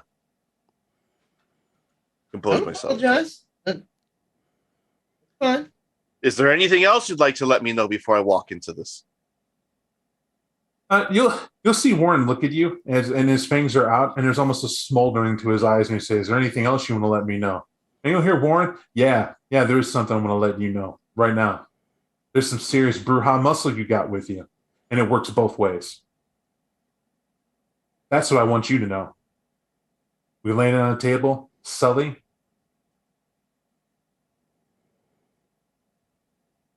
He's like, what are you talking about? You treat me like I'm a bitch.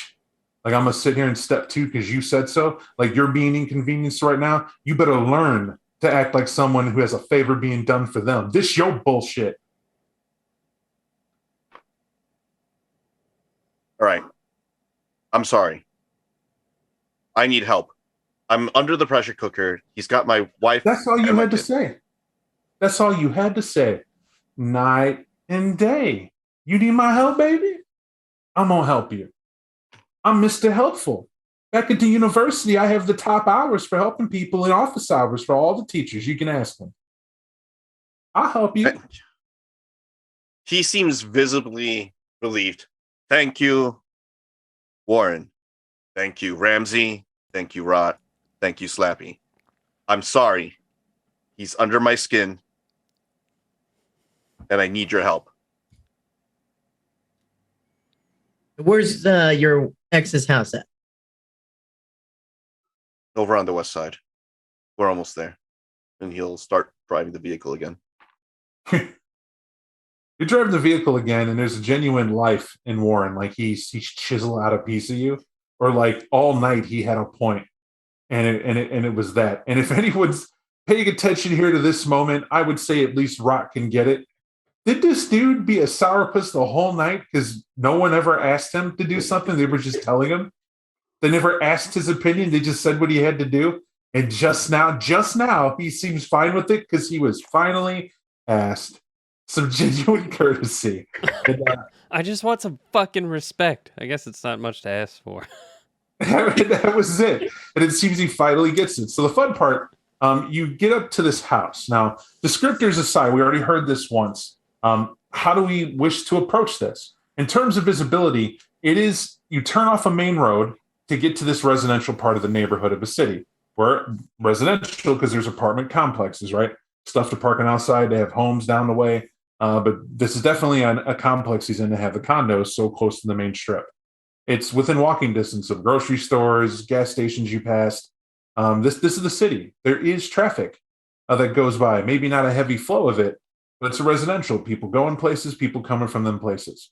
You guys aren't in a hidden, sleepy part of the city. Definitely lit. It's night. They got street lights. They got all that. Lights from the houses are there too. There is alleyways. It's dark. World of Darkness, Chicago style. But you are outside of this place, this apartment complex. It does not have a door guard or somebody down below. That's your fancy place over with Whole Foods. this has a buzz in feature, right? You're going to buzz an apartment, someone's going to buzz you in, and you get to go in because they said you could be there. But that's where you are right now. You got to buzz the door. For hubby, you do have a key. Yep. He's I of course don't know why you didn't use it earlier. My assumption was and you didn't think that far ahead. But I'll remind you of it, that you do have a key to this place. Why? Because you bought it and she wants you back in her life, not the opposite. right. He'll make use of it. He's like, listen, before getting out of the vehicle, he'll take a look at them. It's a residential area. The cops are about 3 blocks away. Got it. So We're not. The goal is, hopefully, I'm going to tell you right now. And he crosses his hands and he looks the most humane he has in a long time. The goal is, hopefully, we walk in there, we take care of my wife, even if that means we take her out of here, and we move on.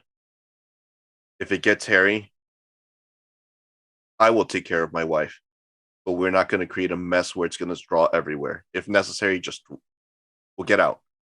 We'll try living another day. Just curious, you know if she has an alarm system? I know the alarm. Don't worry about it. I bought the place.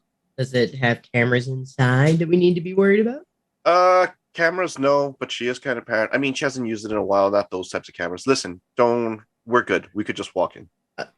Just be normal. Just be normal. You want me to at least have a look first? I have a little way of not being noticed.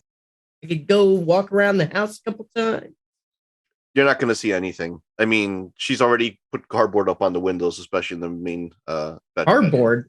What the hell is that about? She said the light was bothering her. This is the first time y'all are hearing about this part? What do you mean the light's bothering her? I think we are far too close to that to be worrying about that. Okay. All right. So we have the game plan, yes? Walk in there, don't make a lot of noise, drag her out, gagged if we have to. I would prefer not gagged. Okay. But Yeah. Operation Save Sully's Wife, but on the low key. All right. He'll stop the car, he'll head on out, and he'll try getting through the door. I'm going unnoticed from this point on. I'll be on your heels.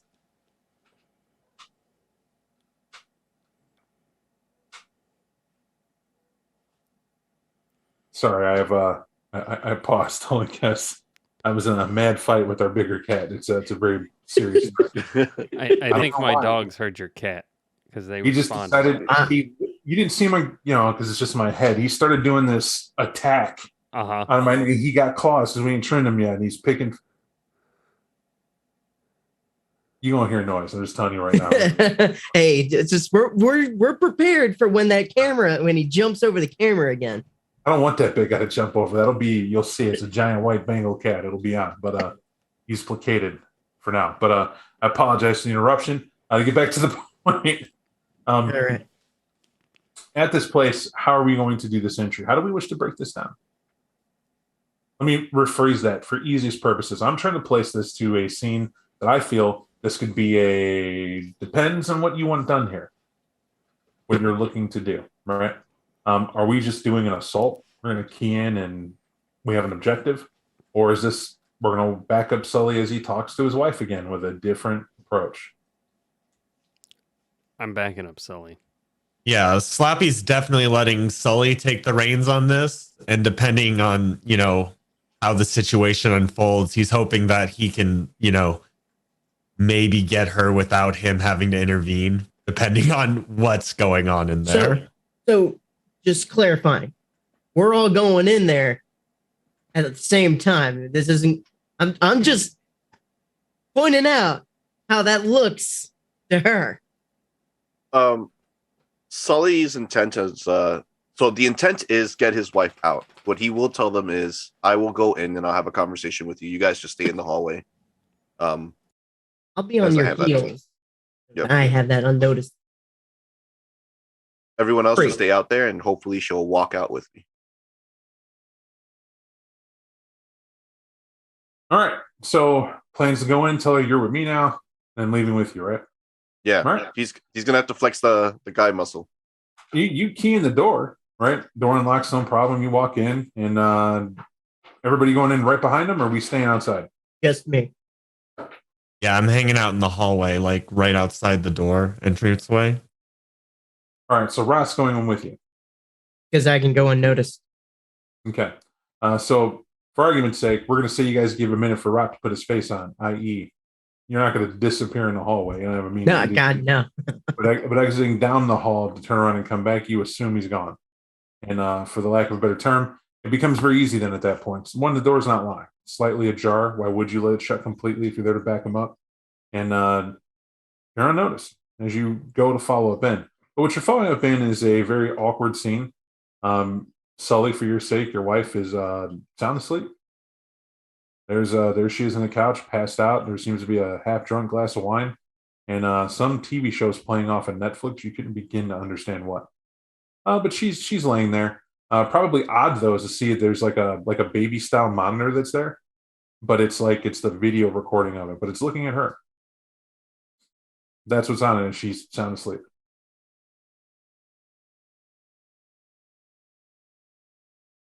He gently walks over to his wife, and he cups her face. He checks her breathing. You said cup or cuff? I didn't hear. Oh, cup. Okay. He gently cups her cheek, and then lets his fingers run over her neck for a moment just to see whether or not she's breathing, hoping she's alive. Yeah, she's breathing. Just in fact, you'll see her adjust. Like you do that, she seems to relax. Like she's already asleep, but that just gets and she adjusts and she remains asleep. Makes so sense. Right. Knowing that she seems to be fine, first thing he's going to do is angrily walk over to the kitchen, and he's going to try taking a look for that thermos so he could dump its contents out. Do you see the thermos? It's washed, and it's in the strainer alongside that cup. He'll open up the cabinet. Like this can't be the only spot that they have this stuff around. Yeah, it's amazing as you're going to rifle through and look for the diamond in the rough. To do that sort of searching, just give me an intelligence investigation as you're trying to. It's somewhere here, damn it! I know these people, not really, but hey, something.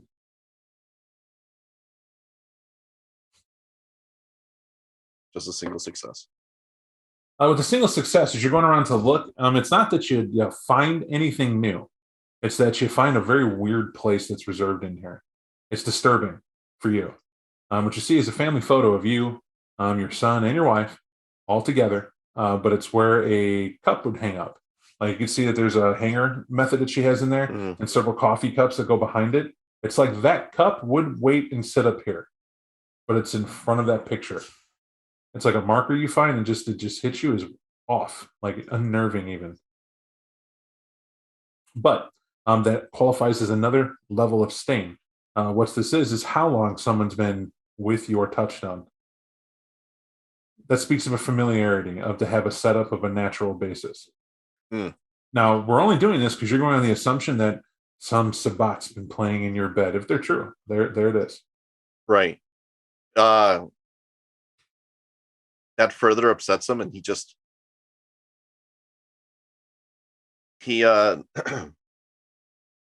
have that thought again. I should just kill her. This is too much.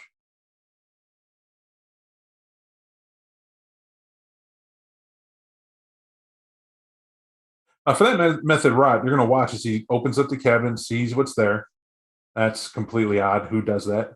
In what house ever would you see that set up? And it definitely seems ritualistic, right, by what you've seen. In fact, I'll give it to you that there are Nosferatu who might put a placement of what they used to look like. Like they'll break the glass out of a mirror, but have a photo of a random person there. The assumption is always that was them, right? That's just, they're not going to get a reflection of themselves, but they feel comforted that way. But that's Nos culture. What you're dealing here is why is that there? It's hitting you off. It's a photo of her with her husband, this guy Sullivan, and some kid, good-looking kid. Looks like they're somewhere in the city. It's like maybe a Cubs game. Looks like But Sullivan pauses, like he stares at that and sees it, and you'll see him turn around and look at his wife. His eyes dart back and forth, and he just stops and stares at her a little long.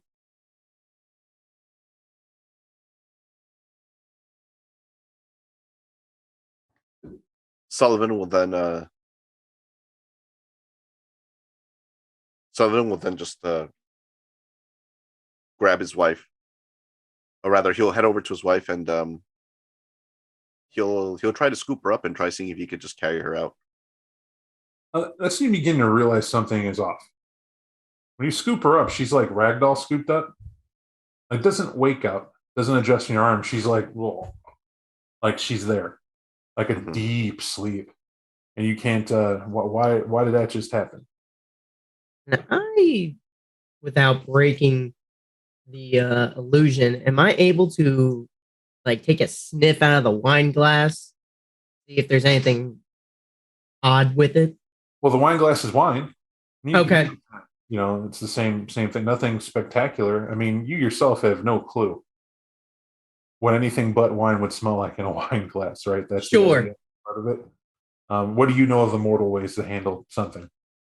Realistically, what I'm wondering is if it smells blood. If it smells like blood, right? Why would you think there's no blood? I'm gonna go down acting that road. Up. She's the wine is wine. Okay. It's not that it would break you to pick it up in scene, just so you understand your power, because you're disturbing what's here. But can you bend down and sniff and take a look at what's in the glass? Absolutely, and there's nothing.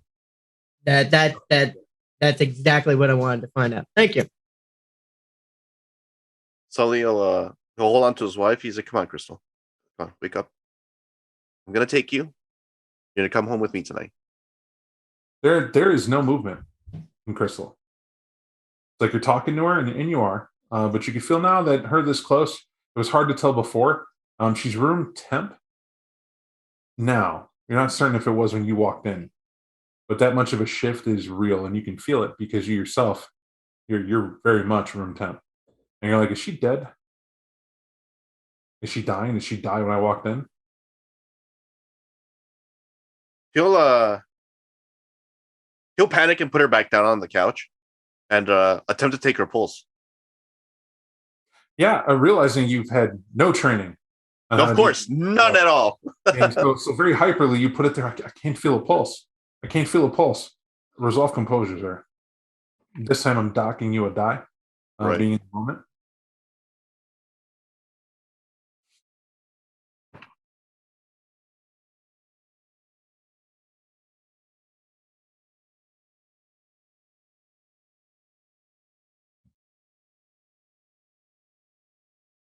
I see. Where your successes? What'd you get? Just one.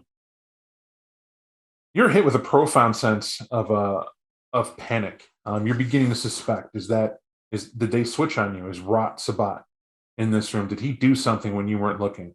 When you're in there messing with the photo, the picture, he was back there. There's no one who could have done it. She was alive. Your son was talking to her. All these thoughts are going in your head as that paranoia compulsion owns you for this scene. Chris. Where are you? Rod, are you here? Rod! What? What'd you do to her? Nothing. What'd you do to her? Didn't do anything. I just sniffed the glass to see if there's anything wrong with it. It smells like whatever wine smells like. Touch her pulse. Oh, okay. Could you take it? I can try. Wasn't trained in the medical. So you're only trained to kill people, but you weren't trained to figure out whether or not they're alive? Listen, I was trained to scout. I wasn't trained to keep somebody from dying on me. Is she breathing? I think if you hold your hand over them. It's impossible for those in the hall with the door crack not to hear this disturbance. Raised voices here and there. Definitely when he was shouting for Rot. That's where you guys are out in the hall. So you're still in the scene. Just whether or not you're engaged is up to you. Ramsey will walk in to look at what's happening. At least get eyes on in here, since it doesn't sound like, since I'm not hearing a woman. But I'm just gonna be watching these two. Yeah, no. We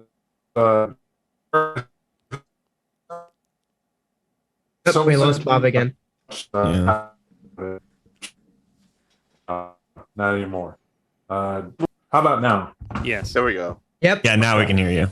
It's like the camera demands me to be, or we'll screw with the connection. All right. You walk in, the woman is listless, i.e., is not responsive to immediate you looking at. There's no sign that she's even there. Mm-hmm. There's not even deep breathing that you're seeing, even though she's laying there. Not rigor mortis, at least, and definitely doesn't look pale, so maybe there's something to it. But that's at a glance. Yeah. Right, you don't know. You're no doctor. You have no idea. I'm not Dr. Ramsey. Slappy's gonna enter the room too, and kind of assess everything, but he's gonna be more focused on the baby monitor, the video baby monitor. Uh-huh. And he wants to like kind of go and like just like kind of put his face in it and like look and be like wave in front of it and say, I think y'all are putting on a show. What do you mean? And then he's like pointing at the baby monitor because you said it was like one of those video ones, right? Yep. Yeah, it's like, In other words, it's the camera. yeah, it's like camera, Not baby that monitor. you're watching a baby, that you're the baby being watched, or she is. Right. Yeah, he's like, look. I can get rid of it. And Slappy will take it and be like, and like just kind of throw it on the floor.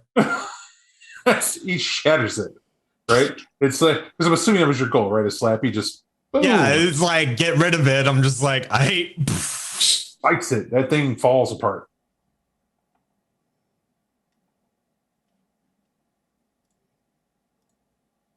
Not moving. Oh, Ramsey, Warren, that he'll point over to like the strainer. He's like, that. Let me know if that's what it looked like. When you glance over, you're like Slappy looking at Warren, and you glance over to see who's all in the room. Give me a intelligence, and you're looking for investigation. This here, you need the more successes, the better. We'll say. I don't want to jinx your roll. And this is excuse me, Sullivan. All right. Intel investigation. Oh, it's unmistakable. When you glance over there, he spikes the camera, and you'll see Warren over there. He'll just chuckle and put his phone back in his pocket. You catch it as you were looking around the room for whoever else.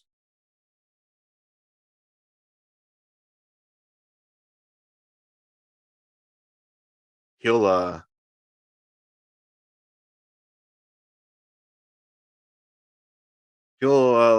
look over at Warren. He's like, "Hey, Warren, what were you looking at?" He'll look at you. What the fuck you mean? I'm looking. I'm on the phone. I get messages too.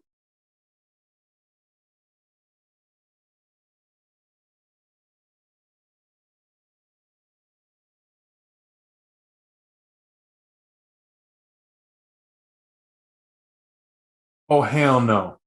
You asked us to come help you. Now we're in your house. Now the walls are closing in. Your girl dead. You trying to make peace with it? You glance over. Whoa. What I do? My girl's not dead. She's not dead. Are you half stupid? You gonna sit here and let everybody else try to check her pulse and whatnot? None of us a doctor. None of us even use a Band-Aid. And you trying to, your girl dead. Like she dead. Like you don't get that?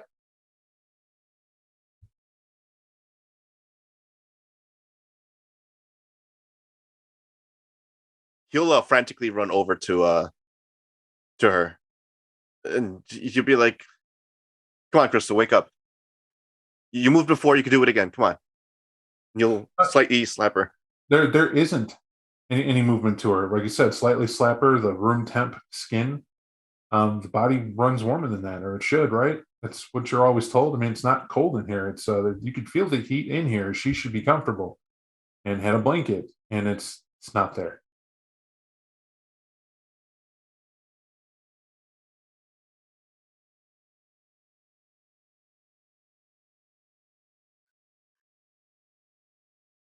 He'll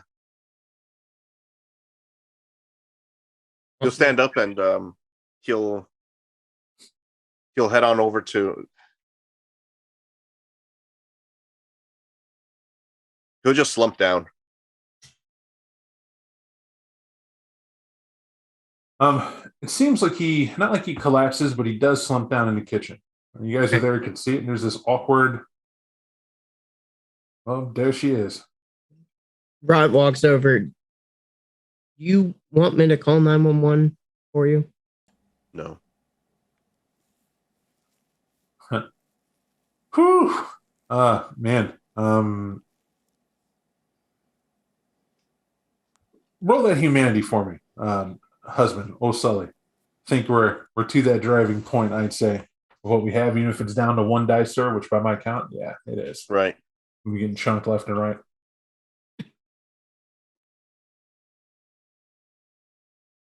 Dang. Okay. It's acute pain. That's what you have. When you said no, it's from a sense of hope. Right? It's like my wife is not dead. She's just sleeping. She's a bit of a drinker. We don't know how much wine she drank, and it's delusional. Not from your perspective, but to observe it, Rod, he's doing what a loving husband would do. He has to owe up to the fact that what he is now, and it's clear, his lifestyle, that's what it is. He can't protect her. He should have distanced himself from his wife and kids and all that. He should have made a difference. If your vampire goes through this, hell, the Sabbat kills your family so you don't go through this. Right. You're watching it. I want to put to you, there's a reason why however you're going to take it, Warren seems nonplussed. Right? You're looking at Warren. This is what happens. No offense or buts. Like, this is catching this dude later. He's a late bloomer. However, you haven't been in that clique for a long time, Rock, to see it. To look at a guy like Sullivan kind of broken in half, it's hard to look at that and understand that, because you're not so far gone as all that. But it's not lost on those in the living room to see Warren put the TV on. He sits in the big chair and he puts the TV on, adjusting it, and he's going through the big cable package looking for a fight show. And you can see that Slappy played his nose in your faces. He's like, okay, guide, ESPN, boxing. Boom, there we go. All right. Sit back, leaning it with this dead woman, if she's dead, sitting on the couch right by him.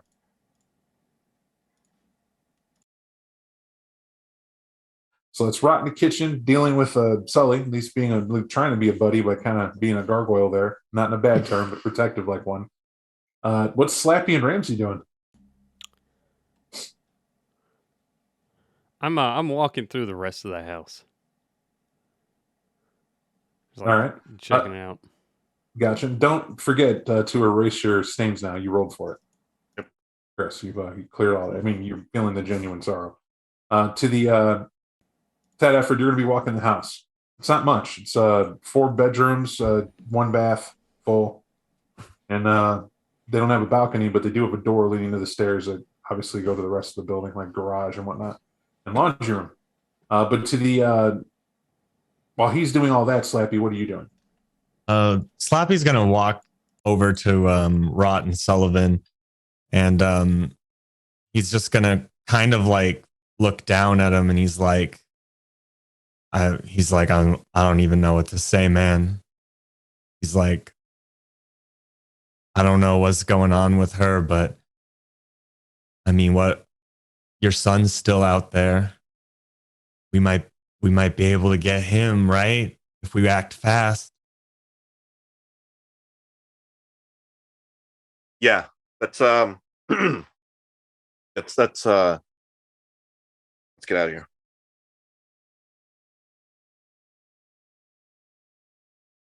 Yo, Ramsey, we're packing up. Did you find anything? Ramsey will come walking down, not in any hurry, but he'll just shake his head. Is Warren coming? You can see Warren watch the TV. He'll look. Oh, we ready? He'll hop up. He'll be like, oh, my bad. He'll power off the TV, and he adjusts the wife. It's like he oh shit, she off the couch. He'll take her arms and legs and put them up, and like puts her with like the hands on her chest. He'll cross it. There you go. There you go. That's I'm assuming how she was when. All right, done. All right. He'll just walk off after doing that, heading for the door. Yeah. All right, I'm out. Sully will be the last one to close up, but before he does, he still unbelieving he desperately tries to check her pulse, but considering the temperature, he gives her a kiss, and he ruffles through her hair before he takes a look at the room, making sure that nothing from his perspective seems out of place. At the very least, it'll only be him, Hey, and he'll close the door behind him. hey Slappy, you threw away that baby monitor, right? When you go back with him and you're checking all that out, what you see is that there is a hot cup of tea. You can see the steam rising off of it. None of you made tea. Is it your last look back, Sullivan, as you're going to leave? It's on the counter. You can see that there's a note that's there for somebody. And what's left out is a simple Danish. Looks like a plain cheese Danish of a type that maybe she didn't finish. But definitely none of that was out there while you guys were in there the whole time you're in the kitchen. You would have seen tea being made or something would tipped it. That's what you see there as you turn to leave from setting her up and last touches and whatnot.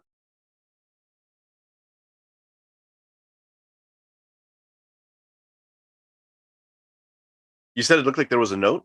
Yeah. He'll rush back a second to take a look at the note. Is he hallucinating? You stumble across and get there, and it's hot tea. You can see that someone was even kind enough. The telltale sign of a little honey on the lip of it is there. And when you look at the note, it's written in your son's handwriting. It says, "Dear Dad, times have changed. Mom was yummy." That's all it says.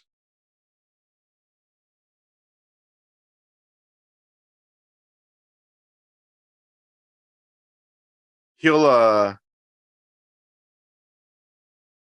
think he'll relent to the beast at this point. So there's a hard to say, not dramatic, and very much build to release.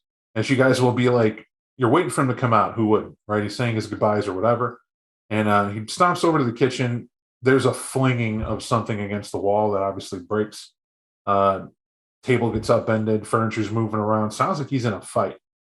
And I'm running back in. As you go back in, there's like what he's trying to kill is this like it's got to be a feeling he's just going through, but there's this note that's untouched eerily in the whirlwind of him breaking apart, kicking in the displays that are up here, like definitely decimates that cup, that Winnie the Pooh mug. That some bitch ain't making it. Right, gets that over there, just trashing it, throwing it around, snapping window, clinking of glass, the whole nine. These neighbors are coming. That's the one thing you're getting in your head is his fangs are out, and it's just a fury. Someone letting it go. Assuming you guys don't get in the way of it and just kind of let that be that. I'll ask, what you guys doing anything? Or are you just there waiting for that to pass to then get him the hell out of here? Letting it pass so we can get him out of here. All right. So I hear otherwise. Yeah, there's a final defiant shout as he just kind of gets it all out as he'll yell at that note, and we'll come to for you, Sully. You were there reading a note, and then you just gave it to that voice. To that, it would have been easier. And the echo in the back of your head is you'll still hear you tell yourself, still isn't over. Like you just know that, you feel that. And that's all. As you're looking at your friends he'll around take it. the note. He'll take the note and crumble it up and storm out of the room. Well, the phrase is falling down. Just watching somebody who had it completely together, and slowly you see that it's like he's falling down these imaginary social, emotional steps you guys can't help him with. I wouldn't even say he's taking it well. But he just lost his wife, because that certainly is what it looks like. And whatever's on that note was enough for him to lose it. And it is odd. I mean, you don't know what set him off, but for him to just destroy that stuff, you do see he took it out on one cup, but it's hard to say. You don't know what set him off other than he picked up that note. So that's how destroyed that room was when you guys came back in to look at him. But all that said, where are we heading to, Sullivan? Or I'm assuming everybody else is following, unless I hear otherwise, that's the assumption. He pulls out the note and he's like, I think someone turned my son.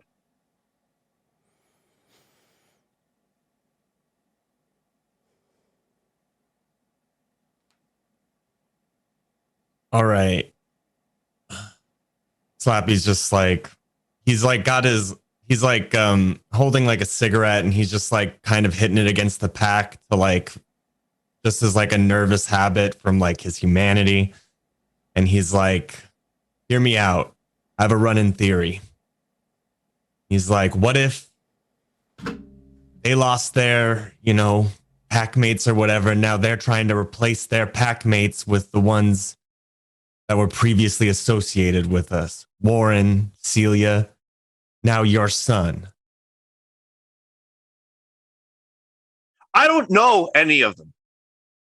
I don't get why it's me. And then he'll look over at like Ramsey, Rod, and particularly Warren, considering how non-complacent, like how nonchalant he was. I don't fucking get it. I'm not part of your pack. You hear, Warren? What's that mean? You ain't part of the pack. I'm not. I wasn't Sabat. There's no reason why he'd be targeting me. Yeah. Because your Cam made it so, right? Cam said that means we ain't no more. I don't know if you know this. Might have been your warning, or at least I would have took it as a warning. What the fuck make you think the Sabat didn't X us out already? We walk in liabilities. We've told you nothing about what the Sabat is, where they hold shit, where it stands for. Right? That's you or this organization. You forget that? No doubt you told your people you get us to sing, and you ain't done shit. And your former people, I should say, are closing rank with you. And they left you to the Sabat. Like, we the Sabat that's not killing you right now. That don't mean we ain't the Sabat that don't know what's going on. What that shit is over there, that's recruitment. Cause you in. That's a step right there. We helped you through. I mean, hell, my man, all he had, and he'll point to, all right? All my man had to do was hug you. That's coping with loss, and we your family now. That's a changing of the guard, man. Shit, I wasn't convinced before, but I'll be honest, I'm backing him up. That's Surrogate 101. That's Sabat 101, homie. Shit, I'm seeing the light. What other way should there have been? Oh, you thought you was at the Sabat? Like, you didn't have to worry about it? But no offense, 3 Sabat with you. Shit, you won't even think what they're doing to Slap. He crow like he a badass. He gonna learn what the fuck that is, I promise you, before this is over.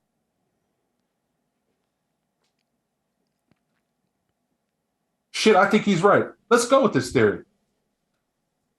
Some weird-ass twisted Latina I met from around the way in UIC I might have tossed a bed to now and again to help her through some shit. Called me up out the blue, but let me tell you something. I didn't eat her. Tally did. That's his junk. That had nothing to do with me.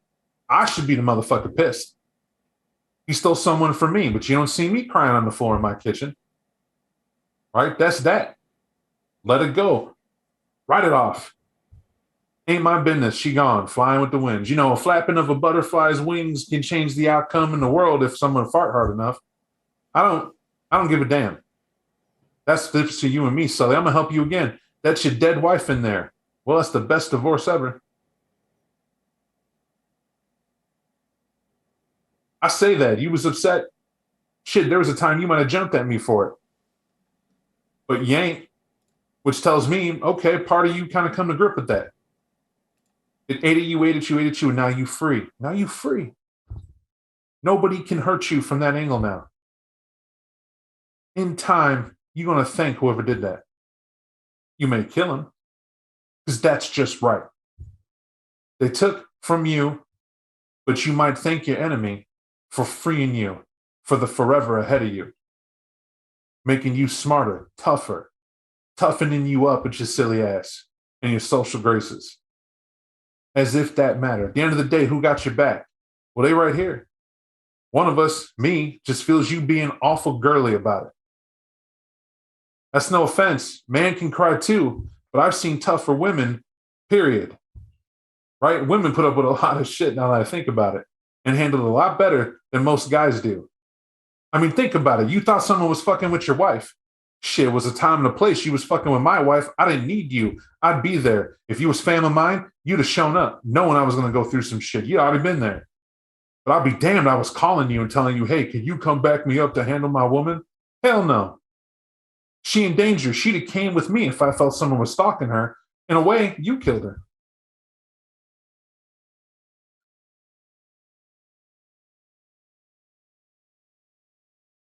What is Sullivan thinking on that comment? Sullivan, so damned if you do, damned if you don't. It almost would have been a mercy if you did kill her originally when he heard that voice in his head. Is it that it hurts more that it wasn't him? Or does it hurt worse because someone else took it from him? And at that point, because in the same game session, I won't make you make a humanity for it. This is completely different. Would you argue this is a willful turning point where Sullivan actually did just rationalize she'd have been better off dead, but better for him?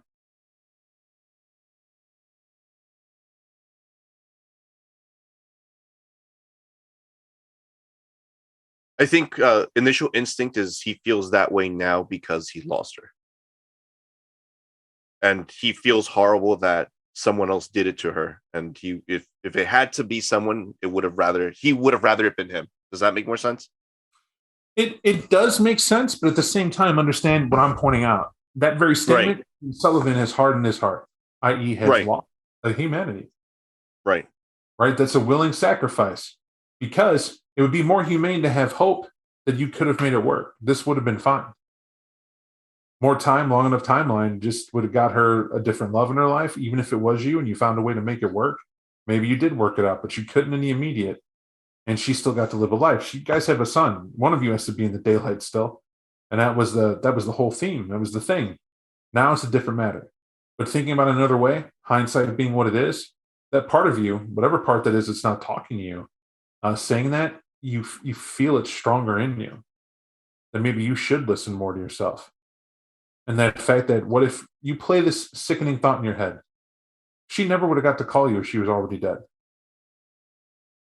None of this would have happened. You wouldn't have been hurt. You wouldn't have been in this situation. You wouldn't be getting ridden by some Sabat hooligans about it's better to be Sabat or whatnot. And I'm trying to tell you what it is.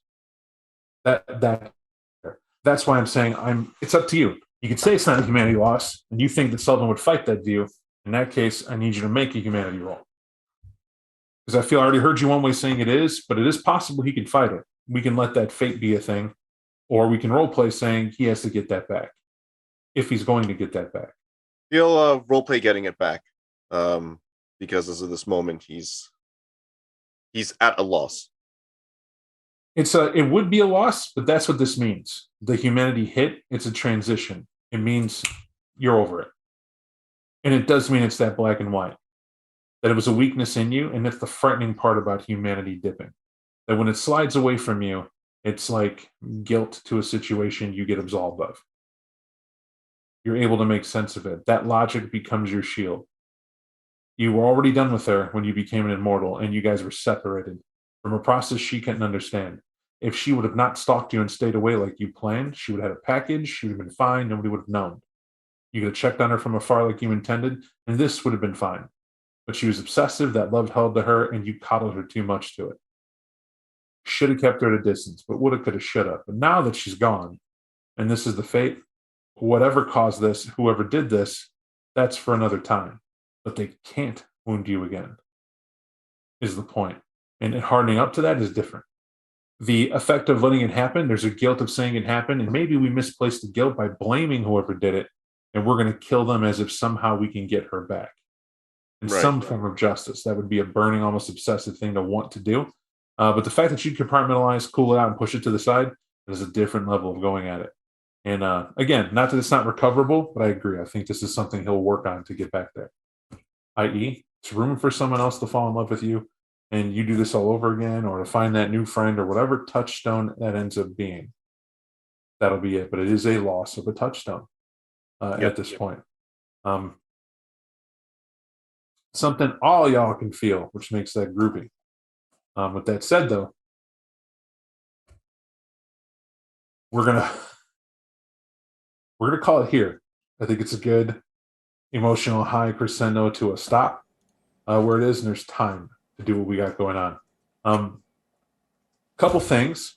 I am not going to sit here and smile at you and say you're not aware of what you're in. You are aware of what you're in, right? That's that.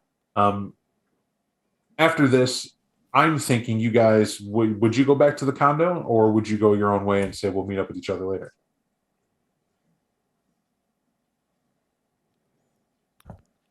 I feel like this is we'll go our own way and meet Yeah. up later. Right. All right. Agreed. It feels natural. It's a question of downtimes. Before, we felt we had all this stuff to go do, and we were going to wait to, we'll go do it together. It was important. That just didn't seem to be interest people had tonight. Right? Whatever that was not rekindled. There was a thought process. Maybe we might, could, would, possibly, but then we cooled down, shifted gears. Something very bad happened. Wounding, I'd say, to one of you. So that we could see that separation. You guys will go ahead and do that. We'll spend 2 weeks this time, as folks have to do some sorting, maybe some shenanigans to figure out what's what. At least maybe Slappy to figure out what the hell am I doing with these people. Who knows? Who knows where we're at right now? And we're going to jump to nominations, though, just to have this fulfilled. I would like to nominate Slappy because the way that Ronaldo was playing this particular character, and especially when he's tapping his cigarette, I could see that play out in my head and his logical choices. So where Sullivan, like Slappy is the most observant person in the pack without being the most observant person in the pack. So he's kind of like that dude in the background who just sits in, like, he's like the audience member that's actually stuck in the middle of a game, and he's like, why isn't anyone seeing this? But I like when he made that logical choice, or even if it's not true, the fact that he got even Sullivan to think about it was the fact that Ronaldo's like, Slappy is like, hey, what if they're replacing pack members with people in your own lives? And I was like, that is fucked up. And I was like, why didn't I think about it before? Right? But Slappy did. I like it. I don't disagree. Slappy definitely getting an extra, so that's 3 so far. DJ. Yes, Mike. DJ gets it for me. I felt that scene. It was raw. Like, I'm going to be thinking about this for a while. It really just, it stood out. I could feel all the ups and downs of that entire night. Hard to watch, and it's fair because Rod is that right now a guy who I can almost see with a box of popcorn going through the TV show the real way. And it's, oh man, bro, don't you see her down the hall? We should probably take her to a doctor. Do you want to take her to Rod? Where are you? Shit. What's up, buddy? That's what I saw. So to me, that's my nom is Mr. Michelli, because of course DJ, I felt you were gonna get it too. All ready for that. But anybody else? I think that about covers it. I think that about covers it as well. I think it's awesome to see that process go on. I think it's very good that you guys went through it and backed it up. I actually like the fact that neither Warren or Ramsey even remotely get it in here. I think the indifference of the Sabat. I think you guys were more Sabat now than ever, those characters. Seriously? I was about to say, I feel as yes. though there's been a dang. lot of, like, looking back, like, lessons in hindsight. I'm like, damn. I like the balcony where very naturally it was like, what's wrong, Warren? Man, aren't we tighter than all this crew? It's like, yeah, well, welcome back finally, motherfucker. Like, look at this. It's like, what we crying about? Why we dancing to this Uncle Tom Sullivan telling us crack the whip? We got to go do what? We got to do shit. And he was like, yeah, I know. But Ramsey, I felt was that Gangrel where it's like, yeah, you're right. Sure. and it's there. But when we were in that scene in the house where he's like, "I'm gonna watch boxing," and threw it up there, Ramsey jump up and to say that's wrong. Although I felt Brennan wanted to, like that was one of the most heartless things ever. Yes, there has to be a wall that's set up. It's like, I'm gonna look around the house. Well, what I didn't follow up saying is like, is there anything in here that I don't think Sully's gonna miss? Not even an attempt. I actually liked it because it left Sullivan to a very real personal hell. I think it's nuts. It's so nuts from a player perspective, and I think what makes it highlight differently is the fact that there are camera members and this is Sabat, right? Within each other, when we were first starting out as all Sabat, it's kind of hard to find out where the light versus darkness is. Yeah. And now just seeing the stark contrast between this is a person on humanity sliding down, and everyone's like, oh yeah, you guys are weaker for it. It's like, this doesn't bother us. It would have never bothered us in the first place. You know, it was funny. Right when all that was starting to culminate, and Warren's like, yo, you're pretty much almost there. You're in the spot, kind of, buddy. Come on. I was like, what if that actually just happened right fucking now? That is some M. Night Shyamalan whatever level twist. You were reverse indoctrinated? How does that happen? With a really good priest, apparently. Yeah, I'm a fixer. I'll fix up these Sabat. And then 2 months later, yeah, I'm really working with these Sabat. They're not that bad, guys. Hey, have you heard of the Viniculum or the Valdery? It's pretty great. Yeah. That was the best driving in the car. Like, bros. It's good scenes, guys, all around. I think you did very, very good. However, in retrospect, I don't think it's good that Ramsey played his character. He gets left out, so I'm definitely going to make that the third as well. Oh, not to shortchange it, because I think that right there is me saying he did what it added that contrast. So right. All around, you guys did a good job, and that's what it is. Warren, I played Warren. I'll let that know, or at least the role of Warren. If that was Warren, I'll let you decide. And just remember, I still want to choke out Warren for Warren is Warren because Warren to be up again. Just saying. Damn it. Making me I'll question leave it. you address Mike when he's back. We'll just leave it at that. We're done this time around. Thank you, everybody, for watching, for listening, and those who download. We appreciate the love. And we'll talk to you later. Thanks.